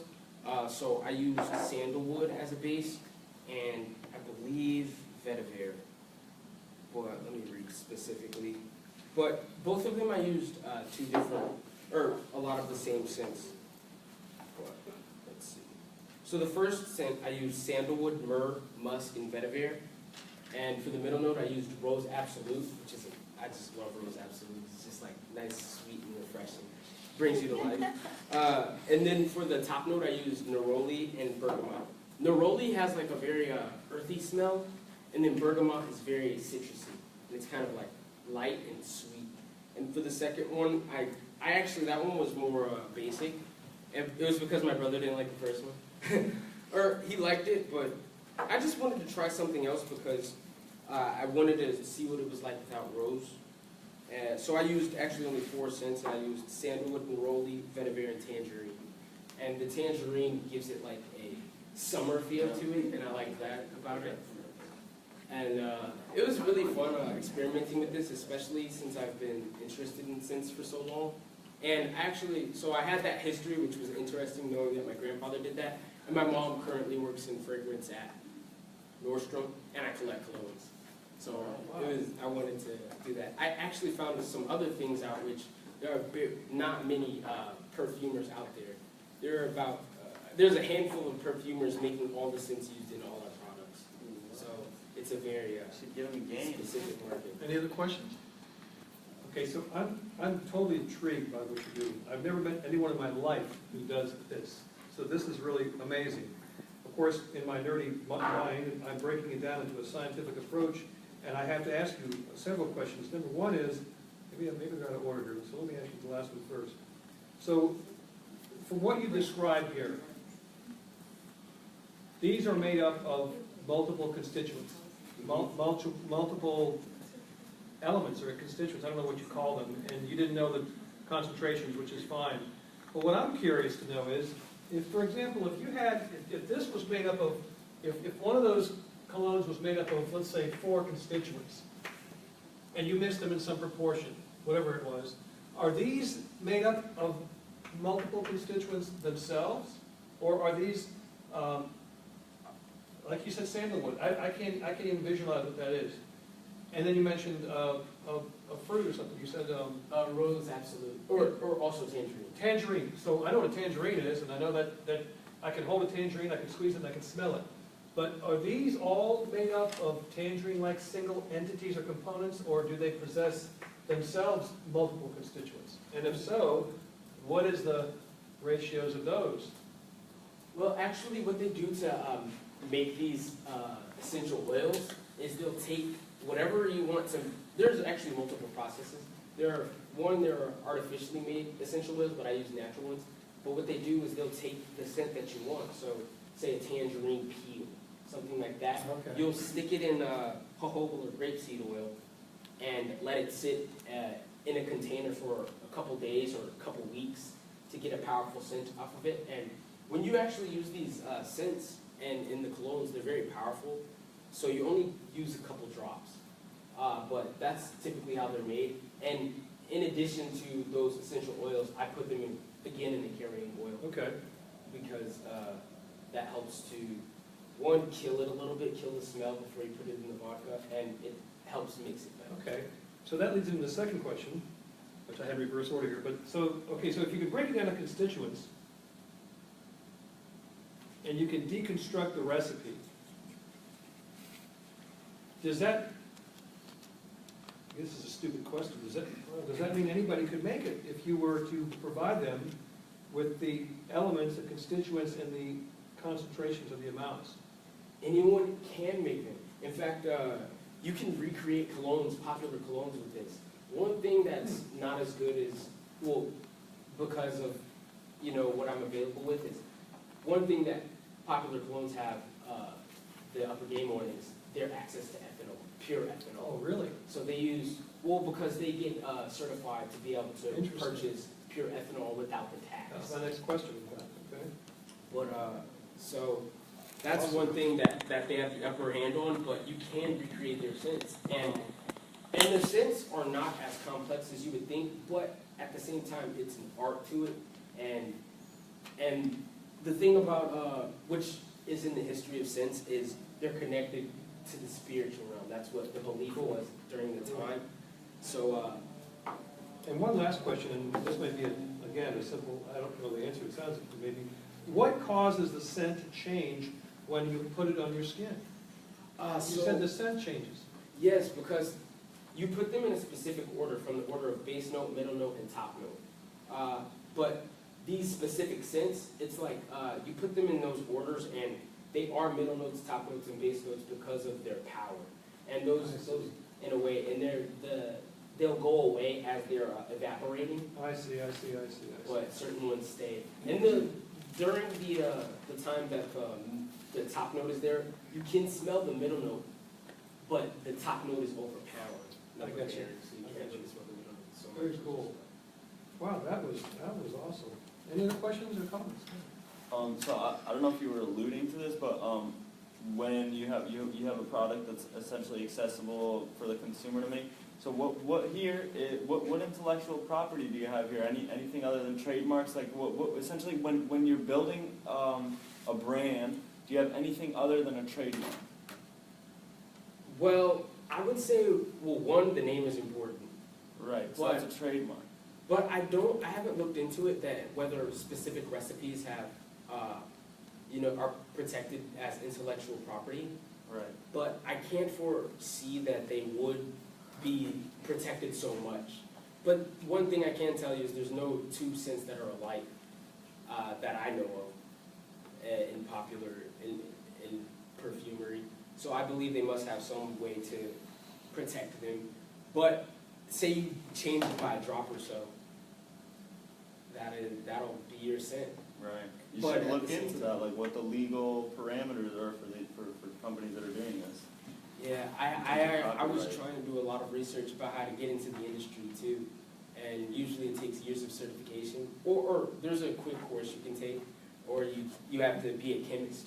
I'll tell you what, you should figure out a price point, because you're obviously buying these bottles, you're buying your vodka, you're buying your liquids, which is probably in the long run your cheapest expense, but you should figure out a price point, and I bet you could sell these on campus. Yeah, I actually want to. One thing is you cannot sell it when it's made with vodka. So that's one thing by the law. I was just with this. I made this in. Now there's some things you can purchase that are purely ethanol, and it's called perfumer's alcohol, and you can purchase it on like Amazon or whatever. But I first want to experiment a little bit more actually too with making scents with vodka since it's cheaper. And then once I really secure which scents are my favorite and which can be sold, that's when I'll get into the perfumer's alcohol and then eventually ethanol. So this is something I'm going to. Let's say you spend like $5 on each of these bottles, and like you said, you're going to undergo a massive testing process, finding your best scent, right? So let's say for every test bottle that you produce, you sell it for $10. You sell 2,000 of these bottles, you've already made your $100,000. Yeah, that's true. That's a great idea. I haven't really thought so deeply about it, but I actually like that. Yeah, I was gonna say, like, people here would be, like, super interested in that, because, like, there's, like, I'm personally interested in making DIYs for, like, body care stuff, just because it's, like, easy and less expensive and just better for the environment, but, like, I, like, don't care that much into making my perfume, because, like, why do I need to sell, like, flowers all the time? But if someone's, like, making it for me and going to sell it to me, like, much cheaper than I would get it somewhere else, like, even if it were $20, you don't get good perfume for $20 in other places. So there's like a lot of people here that would be interested in your stuff, and like in green markets and like downtown, we have those markets on Saturdays. There's a big market for this stuff. Yeah, that's another thing, the natural scents, because a lot are made with synthetic scents, right? Synthetic. So it would be a great market. Right now, I'm just exploring a little bit, but yeah, but that's definitely the future with it. I seriously think you should start small. I would actually think the same thing. My grandfather suggested I go and sell them at gas stations, because that's what he did when he was younger. You got every gas station. You got do every gas a Kickstarter campaign. I mean, that sounds like a perfect model to me. To me, your biggest challenge, I think, and like any challenge, even Coca-Cola does it, is going to be the quality control, the consistency of your recipe in large volumes of product over and over. You can fill bottles. The question isn't whether you can fill them or not. The question is whether you can fill them with the same exact scent. And that's with anything: wine, beer, perfume, cologne, scents. And now that I've said that, I presume that problem's probably already solved. So it seems to me you've got something really unique here, and something that I think that's so cool, because I love the small business kind of model that turns into something exploding. This looks like it could be definitely a successful business model you might look at. Very cool. Thank you. Hey, Ben. So Stefan and I used to work at the place at USF called CMR, and they actually bought Pure Absolute for research purposes, for cleaning instruments and stuff like that. You can pay the tax on it, and then it's just treated like regular alcohol. So that makes all the hassle of having to track like every little quantity of it much easier. The other thing is you might be able to get by selling just the base. And if selling the alcohol is a big problem, you could sell just the base and people can add their own alcohol to it. Yeah, that would be a good idea too. There's another company at Nordstrom that they actually, I was going to see, since my mom works there, they have a new stand where they take the ethanol and mix it with the essential oils right in front of you. So I was going to see if, my mom was trying to get me a job at that stand, but I don't really want a job there.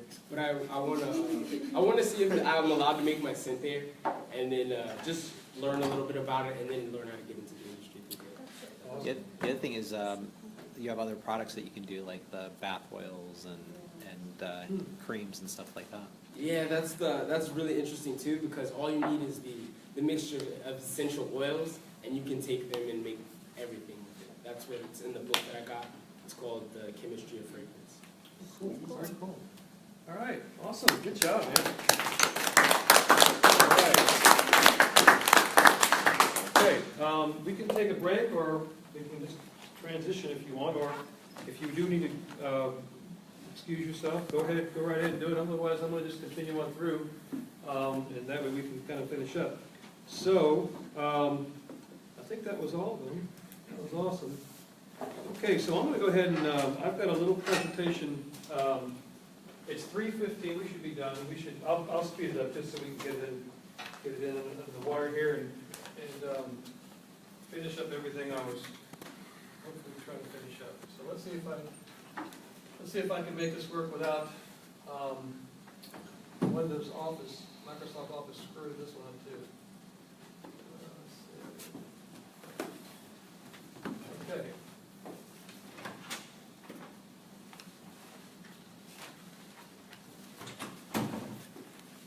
So this is the finale, kind of brings everything together insofar as the course, what you're doing here, what we're all doing here, And there's some things you'll see I'll point out that I want to connect to the fundamental reason of teaching an introduction to engineering course in a liberal arts school or liberal arts program. So that's what I'm going to try to end up with here. This kind of has a crescendo. It'll build up toward the end, and then it'll transition directly into a briefing, of what I call my debriefing. So let's look at a minute and kind of summarize what we did insofar as presenting industry or engineering from the standpoint of a liberal arts perspective. And now we've looked at all the different many different disciplines: electrical, computer science or computer engineering, biomedical, energy, aerospace, and mechanical, automotive. Now let's look at the industry itself. This kind of consolidates everything into the industry which is out there waiting for you. And I'm going to try to, you'll see what I'm doing here. I'm deliberately trying to transition what we've learned with where you're going with this, and then leave you with some things to take with you that will hopefully be of value to you. The intent here is to tie in your liberal arts backgrounds to research and development. And again, this is about engineering. It's an intro to engineering class in a liberal arts college, liberal arts curriculum, tying in your liberal arts background into what we do in engineering, which is either R&D, design, manufacturing and test, services, like a service company, maybe a company that makes a particular service or provides a service, or even sells products, which includes marketing and sales. For example, what would be an example of that? Like a Best Buy or even an Amazon. These are strictly retail, or they're not OEMs, they're just basically retailers and marketing and sales organizations. How does your liberal arts background tie into the high-level aspects of engineering which occur in either industry? And this is pretty much how it's bounded. As an engineer, we're either going to work in industry, we're going to work in academia, we'll work with a federally funded research and development center. This is kind of a neat model. I don't know if any of you know what this is. These are federally funded agencies and organizations whose funding comes directly from the Defense Department budget. But they're high-end, heavy-duty research and development centers, which any of you could go and work with. And I say work with, I don't say work for. Because what you're bringing to the table is something very unique. For example, Jet Propulsion Labs in Pasadena is an FFRDC. The Aerospace Corporation in El Segundo is an FFRDC. There are about 38 FFRDCs throughout the United States, each of which focuses on a very specific area of research. And of course, the defense. I don't know what your feelings of this is, and I hope each of you has your own unique interpretation of this. The only reason I bring this up is because what I've found, and what students have often discovered, is they have a unique perspective of defense. It doesn't necessarily mean it's military. You can associate or create a relationship in the defense realm at any level you want. And I'm challenging you to do so in a very unique, innovative way with your liberal arts background. That's the whole point. And of course, government. Every country, I guess, is based on some sort of government, whatever that is. There's no reason why you can't apply what you learned and what you gained from this experience in that realm. Now, let's look first at liberal arts in industry. Again, in the context of what you would be doing as an engineer. And again, I'm showing you from an engineering standpoint. And the point here is to see how you might tie in what you're doing with what we do in engineering. This is coming from an engineering perspective. We're involved in design. We design stuff. Original equipment manufacturers, OEMs, ODMs, original design manufacturers. This is what they do. They design stuff. Apple Computer, they design stuff. They don't manufacture it. It's all third-party manufacturing. But Apple designs stuff. Intel designs stuff. Facebook, they design their algorithms that they use in their service application. The other one is a manufacturer. If they're not going to design it, you're going to manufacture it. We've seen these terms come up before. We talked about these in the context of risk versus ethics. A service provider. What's a service provider? Well, Jabil, big company up in St. Pete, Jabil Corporation. What do? They're referred to as an EMS, an Electronic Manufacturing Service Provider, EMSP. All they do is assemble stuff. Now, there is a small design element in the organization, but for the most part, Jabil competes with other big companies like this. They're a $13 or $14 billion company, and really what they do is assemble printed circuit boards and components and create routers. They build stuff for Cisco. They build stuff for Apple. They build all kinds of electronic equipment. But there's also internet service providers, right, like Comcast? Absolutely, but be very specific about what they do. Does Comcast build some stuff? Do they design anything? Don't they build the things that allow you to have Wi-Fi, like the routers? Oh, I didn't know that. they just I didn't know bought Comcast built anything. Is that true? Yeah, like Time Warner and Comcast are the two big ones, right? Then they- Yeah, but I never knew, like Nortel, I knew Nortel for a fact used to build stuff that they would then sell, like AT&T was a vertically integrated organization. They would design it, manufacture it, build it, sell it, support it, and then make money. That model has changed dramatically in the last 10, 20, 30, 40 years. So I don't know what Comcast does. I thought they were just nothing more than an internet service provider, an ISP. I may be wrong. Verizon is the same way. I don't think Verizon actually builds anything. They just provide the service. They provide internet, phone service. I mean, don't they have to manage the last mile, like the last mile wiring? I don't know about that, because I personally have had a huge problem with the last mile, and with Verizon. They're competing, they're trying to get their fiber optic solution into my last mile where I live, and I want copper, I want the old copper. But that's their solution though, right? That's the one part where they have service for providing internet because they maintain the last mile that actually makes it to your house. Well, but they provide everything in between too. They provide the backbone, they provide the Metro's link, don't they? No, not the entire, like, so the long distance cabling isn't Comcast itself, at least not all of it is. Okay. So then, Okay. so like what the service provider is actually providing us as customers is that last mile. Yeah, but they don't make any of that stuff. They're strictly a service provider that maintains that last mile, I guess, right? Yeah, I'm sure they contracted and buy it from someone else, but it's what they own. Right, and the point here is just to be able to distinguish in your mind what they actually do. Then and only then are you going to be able to be effective in terms of bringing to the table what you bring to the table, whatever that is. You can't go in not knowing what's going on in these places. You've got to know the more you know, the more effective you can be. That's the cool part. It's a very positive outcome. Research and development. R&D is a big area. Whatever you do in your career, make sure that if you're going to be a part of R&D, you know what the R&D infrastructure is in that organization. Some have none. Some spend 40–50% of the revenue on R&D. You got to know that if that's what you want to be doing. Sales and marketing, big part of it. Someone's going to sell and market this stuff, and you can make a lot of, I don't want to focus on money here, but this is what we do. It's not a matter of what I'm focusing on. It's a matter of what goes on in the real world in engineering. Sales and marketing is a big part of it. Now, vertically integrated business model versus a horizontally integrated business model. That's important to know the difference between that two. Now, what this means basically is Intel is a vertically integrated business model. They design the microchips. They simulate the microchips. They build the microchips. They have their own foundries. They build together the actual package. They package it. They create an end user solution for it, and they sell them. They do everything in between. Now, what's happened is in this industry anyway, is the vertically integrated business models have now shifted to more horizontal business models.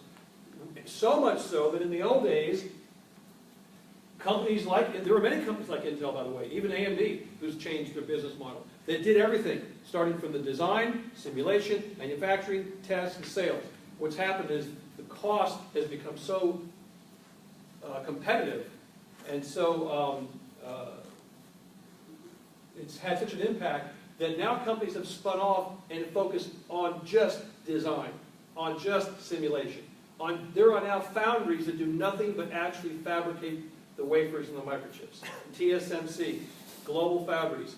All they do is fabricate. Companies like, not Intel, but other companies bring them their designs, they integrate them into their process, they spit out a wafer three months later, and they're done. This is part of a horizontally integrated business model which has shifted. That's important because that is part of the awareness process without which you will not really know how effective you can be. You need to know what's going on in these companies before you even walk in the door. The more knowledge you acquire, the more powerful your position is going to be. Is it for profit or non-profit? That never used to be an issue, but now it's a huge issue. For-profit, non-profit. Either you're going to start a non-profit company or for-profit, or you're going to work for one. OEM, original equipment manufacturer, versus ODM, original design manufacturer. These are very common terms that you'll hear in the engineering world. Service provider, I mentioned Jabil, electronics manufacturing service provider. It's exactly what they do. They provide a service. What is that service? They manufacture printed circuit boards. You literally walk in there, and they have these long assembly lines. They have a stack of empty printed circuit boards. The printed circuit boards are laid on this conveyor belt. You walk to the other end of the conveyor belt, and there's a product there, a final finished product. That's exactly what they do. They populate the board, they put everything together, and they end up with a router or a computer or a monitor or any one of a number of different electronic components. So when you think about this, in this context, which engineering companies come to mind? When you think about things like, when you think about routers, what comes to mind? What pops into your brain? Cisco. Cisco, very popular brand. Huge, huge brand. I think they own, what is their market share? It used to be, maybe it's not as much as big as it used to be, but it was, at one time I thought it was over 60-70% of market share. For a router, how amazing is that? And I don't know if you know what the history of the company is. It's an incredible story. Sandy Lerner and Ivan Bozak started the company. They were two students at Stanford. And I don't even think they were in the same department. They happened to kind of bump into each other. She came up with this idea. It wasn't even her invention. She heard about other students putting together this way of connecting multiple computers. She came up with the router idea. They started a company called Cisco. It exploded. They brought in a CEO. And I'll give you the name of a film I strongly, strongly recommend that you watch. In fact, I'll tell you what it is now. It's called Something Ventured. Strongly recommend that you watch it. It's on YouTube, Something Ventured. And this story of Sandy Lerner and Ivan Bozak are in there. So the point is how you associate the technology and the products with the brand and the company name. That's all part of what you should be thinking about when you're sort of migrating in this direction. How about liberal arts and academia? Remember I said it was industry, academia, FFRDC, and defense. This is the academia part. What goes on in academia from an engineering standpoint? Well, there's teaching, there's learning. Most of us that are in the teaching capacity are always learning. I hope all of us are learning. Research and product development goes on heavily in academic institutions. In fact, it's a hotbed for R&D. Funding, you've got to know where do you think the money comes from to conduct this research? It's got to be from a funding source. How about resources? What resources do you have access to at the institution? Career preparation, if that's going to be something you're going to be doing, you can't just walk in blind. You've got to be prepared and be able to plan out ahead what you'll be doing in that realm, in context. Publications are very important in an academic realm. This isn't what you have to be doing. This is what we're doing now. Just be aware of it. Publications, innovation, obviously. Patents and licensing, we'll talk a little more about later. Conferences, symposia, workshops. This is getting the word out, getting your paperwork, getting your research and development results out. Travel. IEEE is one of many conferences, many organizations. This is one with which I'm affiliated and have been affiliated for many, many years, for decades. It's an electrical engineering organization. In fact, it evolved from the 1800s from the, it was called the Radio Engineers organization or something, and it's evolved into the IEEE. Now remember, this went back to the days of the telegraphy and the Morse code, which has now obviously evolved for the better. Beta testing is a big deal. Part of what goes on in academia. This is a very important aspect because one that can be very, very productive and powerful for you. Beta testing is basically testing companies' products before they're launched in a market, a global market. They'll give you this stuff. In fact, they'll pay you in many instances to test their products for them. That could be hardware, that could be software, that could be systems, subsystems. I love using an example that I was very successful with, a product that I put into a pulse oximeter many years ago that I got basically because I contacted Texas Instruments and asked them for some samples, and I was testing it for months and months, and one day this anesthesiologist walks into my laboratory. He mentioned he wants to build a pulse oximeter. I didn't even know what that was. Long story short, we built and tested and sold and patented the first pulse oximeters ever made with that component from Texas Instruments. We licensed that technology for decades, almost 20 years, almost the life of the patent, to a company out in California, OSI Medical. And as I said, it was the easiest money I ever made in my life. We were licensing. USF was the assignee. They owned the license. So we split the license, the royalties, between USF, myself, and Dr. Scharf. And it was the easiest money I ever made in my life. It's mind-boggling how fun that process was. And I like to say that the hardest part of that entire process was physically taking the check to the bank. I mean, the time it took me to get in my car and turn the car on and drive to the bank was the hardest part of that process, beyond, of course, the development. So I strongly encourage you, talk about IP and intellectual property, patents and licensing. It's a very, very powerful tool in this country. All right, let's look at liberal arts and FFRDCs. There are many federally funded research and development centers. And here they are here. Jet Propulsion Labs is actually run by Caltech. It's sponsored by NASA. So there's an entity that's being managed and then sponsored. And this is what I have here. Aerospace FFRDC is run by the Aerospace Corporation, funded by the DoD and DOAF. Lawrence Berkeley National Lab. It's run by the University of California and funded by the DOE, Department of Energy. This is how this works. Now, what I'm trying to do here is get you to start thinking about getting what I call plugged into these opportunities. There's nothing on this planet, nothing exists that's beyond your reach. I'm going to tell you right now. I mentioned a gentleman's name earlier, Fritz Faulhaber. That's a very important name in Sarasota. And who did I mention that to? Was it you? That's about knowing people, getting out there and making contacts. And trust me, it's nothing wrong with that. I used to hate when my dad would tell me when I was a little boy, it's not what you know, it's who you know. I couldn't stand when he would say that. It was offensive to me. But I hate to tell you, he was right. May he rest in peace. But you know what? It's nothing wrong with knowing people. This is what life is about. It's about what socializing is about. You might be highly successful living in an ivory tower without contacting the real world, but trust me, you'll have a hell of a lot more fun being out and socializing with people. And that's what this is about.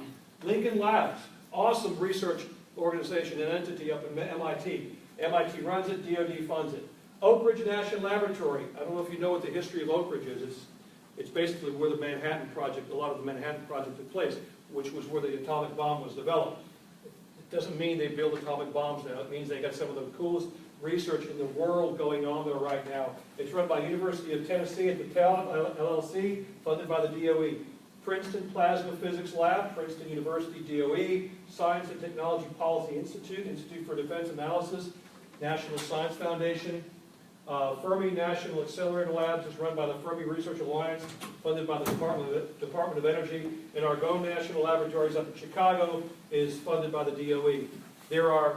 This is the model that you're going to see. This is it. There's nothing beyond this. There's a research institution, there's a managerial component, and there's a funding agency. That's how it works. And most of this funding comes from the Defense Department budget. So, I mean, everything I'm showing you here is something any one of you could reach out and touch tomorrow. This is not beyond your grasp. How about defense? We talk about defense now. Defense contractors provide products or services to a military or intelligence department of a government. This includes electronics, aircraft, vehicles, ships, weapons, logistics, technical support and training, communications support, and engineering support. The U.S. Department of Defense spent over $316 billion on contracts in the last fiscal year. Let me give you a good analogy of why this is kind of cool.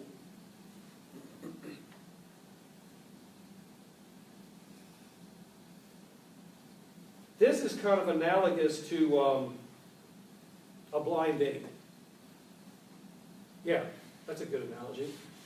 working with the Defense Department is kind of like going on a blind date.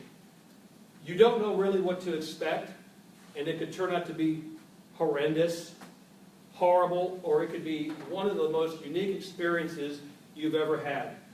I encourage you to pursue the latter, because if the planets align and you get yourself lined up correctly within a component of the Department of Defense, it can be one of the most exhilarating, fun experiences you'll ever have.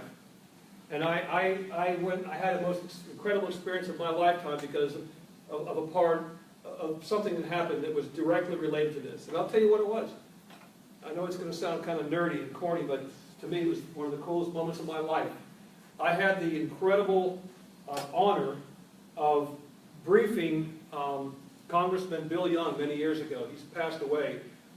In Washington, D.C. He was a congressman, and I was in Washington in the House, and I walked into his congressional office.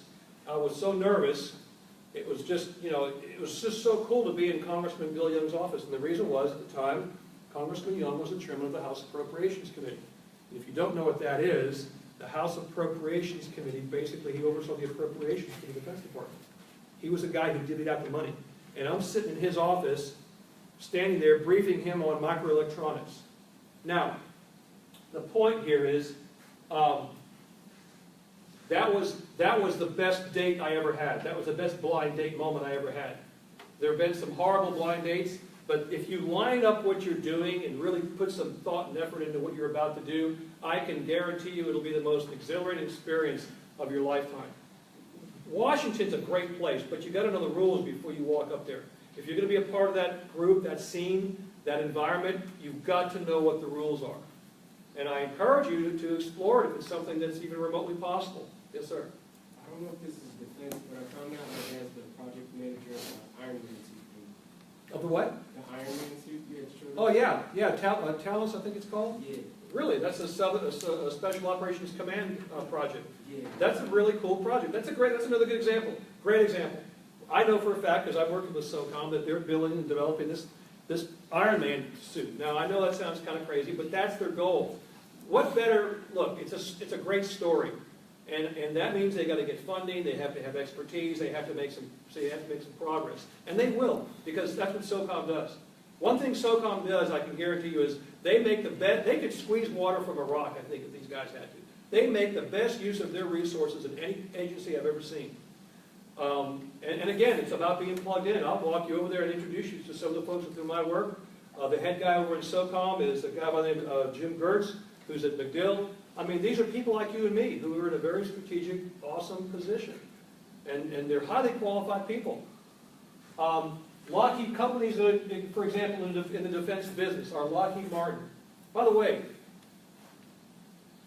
gosh, I don't know how this even popped into my head right now.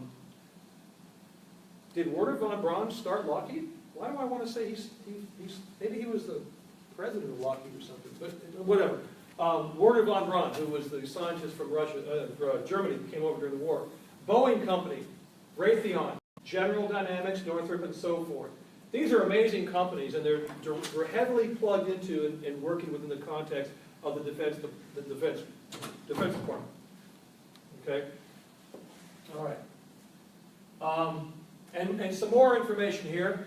This is something more relevant to each of us.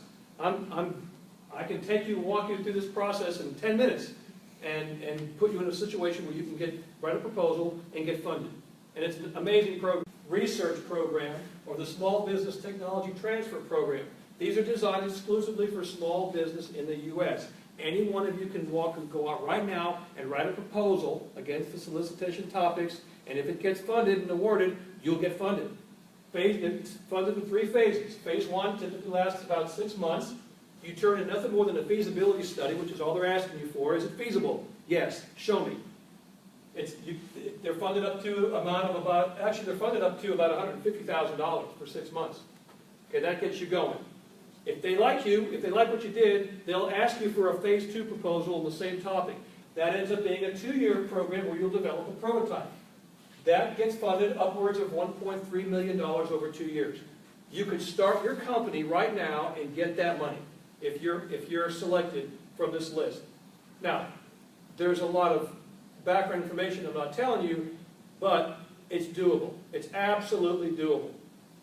Phase 3 is a technology where you transfer your technology ideally to an organization that was now supporting you and has interest in your product. This is a very, very, very popular program. You go online. I know a company out in California I actually interviewed with many, many years ago, Pacific Optics Corporation, I think they were called. Yeah, POC.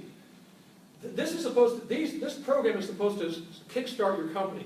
It's supposed to get you going and help you become sustainable and gain some traction of your products and build. And that normally is what happens. But this company out in California, POC, they've been living off these for decades. I don't know how they do it. But they're very successful, they're highly respected in the industry, and they leverage the heck out of these. The great thing about these is as if you develop any intellectual property, you get to keep it. These are also oftentimes sent out, solicitation topics are sent out every 6 months from the Army, Navy, Air Force, all these organizations. If you go to this website, you'll see the solicitations that just came out a few weeks ago. They look like this. This is actually a list of solicitation topics that came out from the DHA, Defense Health Agency, and I'm actually writing a proposal on this topic. Finger pulse oximeter for patient identification and predictive algorithms.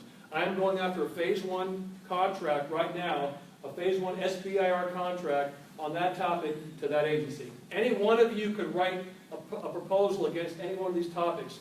And this is just one of many organizations that's sending out solicitation topics. If you go to the website, you'll see the entire list. How about liberal arts and government? The three-letter agencies we know are FBI, CIA, NSA. What is the FBI? It's a domestic intelligence agency involved in counterterrorism, counterintelligence, and criminal investigation. CIA, Foreign Intelligence Services of the U.S. federal government, involved with gathering, processing, and analyzing national security information from around the world for human intelligence. Humans. NSA, National Security Agency, is the intelligence agency responsible for global monitoring, collection, and processing of information for foreign intelligence and counterintelligence purposes. Whether you know it or like it or not, these agencies are affecting your lives as we speak. You must know that by now. Foreign agencies include MI5, which is the Military Intelligence Section 5 of Great Britain. Military Intelligence 6, MI6. GCHQ it used to be called in Russia the KGB. This is now the. I'm sorry, this is not KGB. This is a former KGB. This is GCHQ is in England. Government Communications Headquarters. This is part of Bletchley, where the Enigma solution came from. SVR is now the new KGB, and then of course Interpol is the International Criminal Police Organization. Innovation. Let's just get through these. I'll speed up a little bit. We don't have very many slides left. So innovation involves a concept. You must be aware of whether or not it's a revolutionary or evolutionary solution. It doesn't matter which one of these it is. It's important to know the difference. I'll give you an example and how emphatic I am about this. I asked one of my classes a couple of years ago at USF if they thought Facebook was revolutionary or evolutionary. I said, how many of you think it's revolutionary? And all the hands went up. I said, how many of you think Facebook is evolutionary? And no hands went up. Literally, no hands went up. And I asked them, I said, of course, to me that's insane. Facebook is not a revolutionary technology. But how would they know that? What was it that I knew that they didn't, or they knew that I didn't? And the difference was the historical transition of these organizations and this technology. From my perspective, Facebook is an evolutionary technology. It is not revolutionary. What's revolutionary? Well, give me an example of revolutionary. Well, how about what happened to Bell Labs on December 16th of 1947 with the invention of the solid-state transistor? That's revolutionary. That changed the world, including the internet, including computers. Everything spawned out of that day, at that moment, at AT&T, at Bell Labs. So be aware, and it's important because you can't track that or even leverage it or exploit it if you don't know the difference between a revolutionary and evolutionary technology. Collaboration, as I'll talk to you in a minute, is huge. I'm a huge proponent of collaboration. Collaborate with people. Cross-fertilize your areas of expertise and your areas of academia. Take a risk. Don't be afraid of taking a risk. That's what life's about, taking a risk. And even if you fail, you get up and take another one. Awareness. Remember I told you about awareness. Be aware of what's going on around you. You can't walk into a blind cave blindly and not know what you're supposed to be doing without being aware. And of course, knowledge, as I'll show you in a minute, is power. Intellectual property. I wanted to spend more time than I have on intellectual property. I wanted to talk about patents and trademarks, copyright, provisional patents, utility patents, design patents. I'm going to go ahead and say the words out loud. What the assignee is, the owner of the patent. Royalties. What are royalties? It's what you get paid as the inventor. Actually, that comes through the assignee that you'll get paid. If you can be the assignee and the inventor, but maybe you can't afford to spend 10 grand on a patent, so you have to get someone else to pay for it and thus own it, and then you'll work out a royalty agreement with them. You can talk about a U.S. versus international patents. Why is that necessary? There are infringement issues, which is why if you're going to write a patent, whether it's a provisional or utility patent, you need to hire an attorney, a patent attorney, because they're real good at writing in specificity the most important part of a patent, which is the claims. Because the claims, it's not a spatial momentary issue. It's the patent claims are very important for the simple reason that they protect you from infringement. And now there's this new thing called inter partes review, which is, I don't know where this thing came from. It basically says that if I file a patent, if I'm issued a patent, and you don't like my patent, whether you have an interest in my patent or not, you can file an inter partes review. You can ask a judge, you know what, I don't like his patent. I want it reviewed. And it'll be reviewed, and it could be revoked. In fact, they've been revoked. Now, there's a lot of reasons why companies would do this, but it's a very important part of the patent process. I'm on a payroll right now on an IPR on a product of a company here in Florida. Another company that was using the product would challenge. They filed an infringement claim. This company turned around and filed an IPR, and now it's going crazy with the IPR. And of course, the cost is certainly not cheap to patent, to file a patent, get a patent, and then you're going to maintain the patent. So there's an annual maintenance fee on the patent. So be prepared for all that before you jump into that. Entrepreneurship. This is very, very important in the context of engineering. This is about who you are. When I say McDonald's, what do you think of? Grease. You'll think of something, right? When I say Avon, what do you think of? GE. You think of something, that's their brand. Boeing, Delta, Southwest, fighting. The point is, these companies all have a brand, and they spend time and money and effort building that brand. Donald Trump has a brand. Every one of us is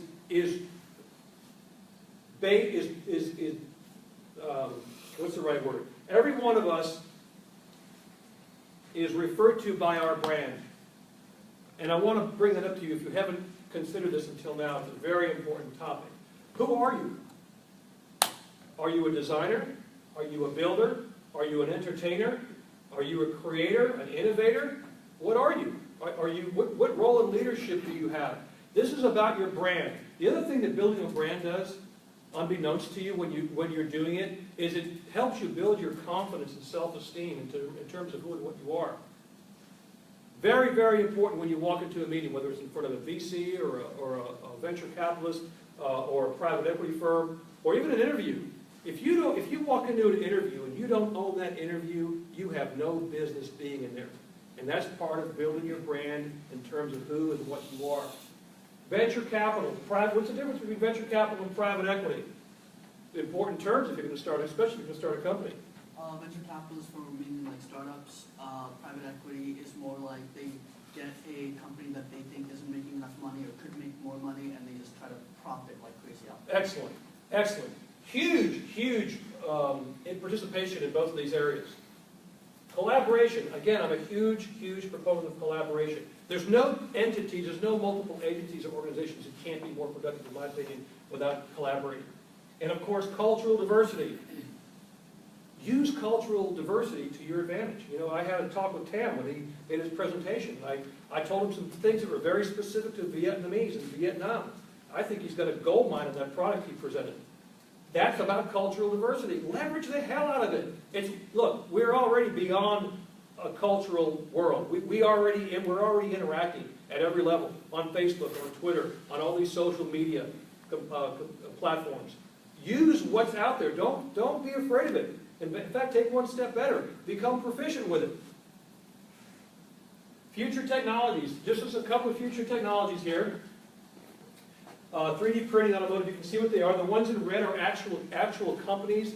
You might, and again, this is on Canvas, but you might want to write some of these companies down, especially you guys that are hackers and programmers. These are amazing companies. You won't believe what some of these companies are doing. You might recognize some of them. Sci-Fi, Fortive Technologies. This one just came to my attention. I think Rudy said it to me. They build drones now. Other companies like Airspace, Guard from Above, Department 13. Those are drone companies. Big presence now in drones. Big. This is a $30 billion a year industry, I think, drones are going to become. All right? So be aware of the future technologies, who's involved, and don't forget this one simple thing. They're run by people. They're run by people like you and me.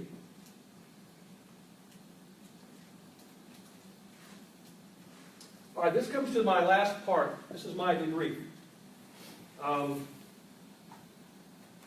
I give this at the end of all my semesters, and I try to tailor it to the students in the classes that I teach.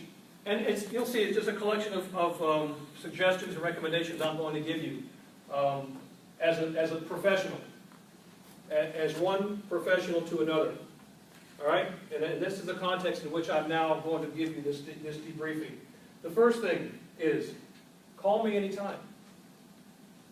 Now, you may not think this is a valuable offer, but trust me, there may come a time when you might need a letter of recommendation. You might need a phone call. You might need a contact in Silicon Valley, or in Texas, or in Boston. How are you going to know? If you call me and ask me something, what's the worst I can do? Just say no. I probably won't do that because it's hard for me to say no as an engineer. I try to come up with a solution. So call me anytime. This offer I extend to all the students I ever teach in my lifetime. If I'm alive and I'm coherent, I will help you in any way I can. So call me. And it also gives you an incentive to not be afraid to pick up the phone and make a phone call. I mean, that's one thing that I found to be very, very, very powerful. I am proud to say, and I won't go into detail, but I'm extremely proud to say, and very humble, I'm debating whether to even tell you this, that I got a phone call yesterday from a person in Florida that I was just blown away that I got a call. He called me and asked me how things are going. There's an interest of mine I'm pursuing that he knew about, and I had contacted him, but he called me. This gentleman called me, and I never ever could have expected a call from him. It was better than getting a call from the governor of Florida. Let me put it that way. And the reason he called me was because 2 or 3 years ago, I picked up the phone and called him one day because I was, again, attempting to transition into a different opportunity, and he was involved in that. And knowing that when I called him that day, the worst thing he could have done was say no, but he didn't. So this isn't about calling me. It's about picking up the phone and making a phone call. Call whoever. Don't ever be afraid to pick up the phone and make a phone call. Plan by 30. I'm going to reiterate what I told you at the beginning of the semester. You've got to make your mark by the time you're 30. Make your mark by the time you're 30. Now, there's a reason for that. It's not sexist, it's not chauvinist, it's not ego, it's nothing, it's statistics. That by the time you're 30, you have an infinite amount of opportunities to fail. You can take whatever risks you want and impact only yourselves. What changes at 30 is not your risk level, not your intellect, not your innovative capabilities, but what happens when typically at 30, around the 30 time frame, according to statistics, is you'll get married, you'll have a family, and you'll start having loans and all kinds of things that if and when you do fail at that age, it's not just you that's going to be impacted now. So you're going to be impacting others. And I just found out recently this is a big deal. I watch Bloomberg News all the time, and they had these great interviews of very successful entrepreneurs. And this one recently in Europe, he was a young man, and he talked about this very same thing. I almost fell out of my chair when I heard him on TV talk about the very thing that I've been preaching for decades. Plan by your 30. And you know what? What have you got to lose? I mean, seriously, what have you got to lose? Say you make 30 your deadline, and you work really hard and get out there and do all you can do to make your mark by the time you're 30. You're either going to do it or you're not. And if you don't, think about what you learned. So, plan by 30 is my recommendation. Remember this? This is the acronym I came up with that describes every successful person I know. And success you can define any way you want. They possess focus, they're innovative, they possess awareness, and they possess impeccable timing. Now, you can do whatever you want, but if you want a little rule that might help you, think about maybe implementing this simple acronym. Okay? Oh, awesome, man. Appreciate it. Thanks, bud. No problem. Thanks a lot. Okay. I knew this would come up screwed up. Fortune favors the prepared mind. Fortune favors the prepared mind. This is actually quoted by Louis Pasteur. You know what this means? Fortune favors the prepared mind. Always be prepared. Always be prepared. From this moment right now, going forward, always be prepared. Pretend like it's going to happen tomorrow.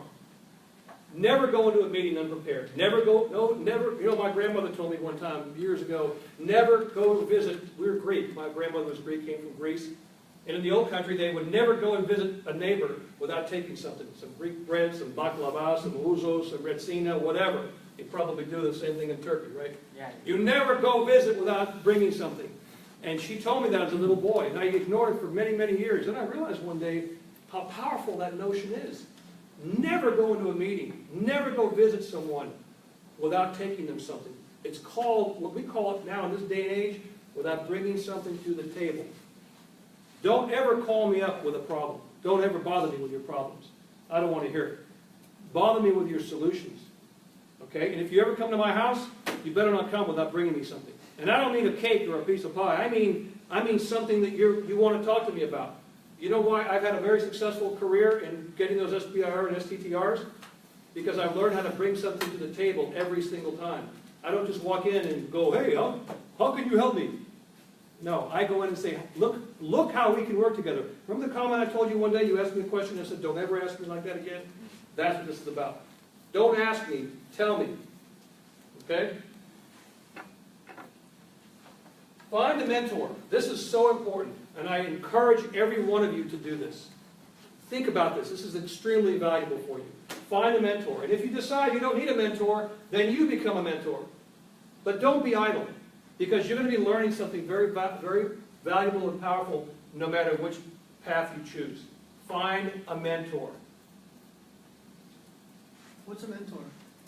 A mentor is someone who you can go to that takes a liking to you, that respects you, and that sees the value and potential in you, and helps you reach your goals. Steve Jobs had many mentors. Don't think he didn't have a mentor. Most politicians in Florida, whether it's local, state, or even federal, have mentors. They have champions. This could be also referred to as a champion. In the SBR, STTR world, it's a champion. I had, fortunately, several champions at different organizations and agencies that helped me get my contracts funded. Okay? You want to do it yourself? Go for it. Knock yourself out. Good luck. But trust me, you find yourself a mentor and a champion, and your world will change forever. I guarantee it. I don't know or care what you end up doing. Get a mentor or a champion. Okay? And when you don't think you need a mentor, then you become a mentor. That's how it works. That's how the human nature, the human process works. You're going to meet two kinds of people in your lifetime. Remember I told you this? Remember what the answer was to this? Those who get you, those who don't. Real simply put. I can't say it any simpler. It's a black and white binary answer. Those that get you and those that don't. Now I could put a caveat there, a little subtitle that says, avoid those that don't and embrace those that do. You can do what you want, but trust me, there's a very definitive reaction to whichever path you choose. Collaboration is a very powerful tool if done correctly. I strongly encourage you to collaborate, but be smart. Be intuitive. Be entrepreneurial. You know, you don't have to have any special powers or talents, and you can go about it yourself. But unless you're a Mark Zuckerberg or a Steve Jobs and Steve Wozniak or Bill Gates, you might, which is a very small percentage of the population, those are outliers, by the way, on the curve. I would strongly recommend a collaborative approach to whatever it is you're going to be doing. I think we saw that today. I love what you guys did, coming up with your projects and collaborating in different levels. That was fantastic. So, I love using this term. This is your time. I don't know if you understand this in the grand scheme of things, in the timeline. Look, it doesn't matter to me. I'll be dead in 50 years. I'll be probably dead in 25 years. So someone has to come behind me. And who is that going to be? It's going to be you. I would almost give anything to trade places with any one of you with my knowledge, with the knowledge I possess. That's something else a mentor will bring to the table. He or she will give you the knowledge they possess today. But you know what? This is your time. This is your time. The clock started already. So it's your time, it's your turn to change the world. You will never be in a better position than you are right now to chase this amazing dream and this amazing opportunity. And what makes anyone else more deserving than you? That's all in your own head. That's all in your own mind. If you don't think you're as deserving as anybody else on the planet to take advantage of this and chase this down. Okay? And finally, the last thing I'm going to tell you is this. Stay hungry, stay foolish. These are the last words Steve Jobs spoke at a 2005 commencement speech at Stanford University. I encourage you to watch it. It's very moving. He knew he had cancer, he knew he was dying, and he made this knowing what he knew. But no one else knew it. This is what's so emotional about what he did. Now, what's even cooler about this is he didn't come up with this phrase. You know where it came from? The last catalog from the Whole Earth. The Whole Earth catalog, that's right, which makes it even a more compelling story. But I'm going to tell you what Steve told the students at Stanford in 2005. Stay hungry, stay foolish, stay crazy. Good luck with your futures. Tam's got the evaluations. I'm leaving, and I'd like to have you guys fill this out, hand it back. It's been a blast. I had a lot of fun.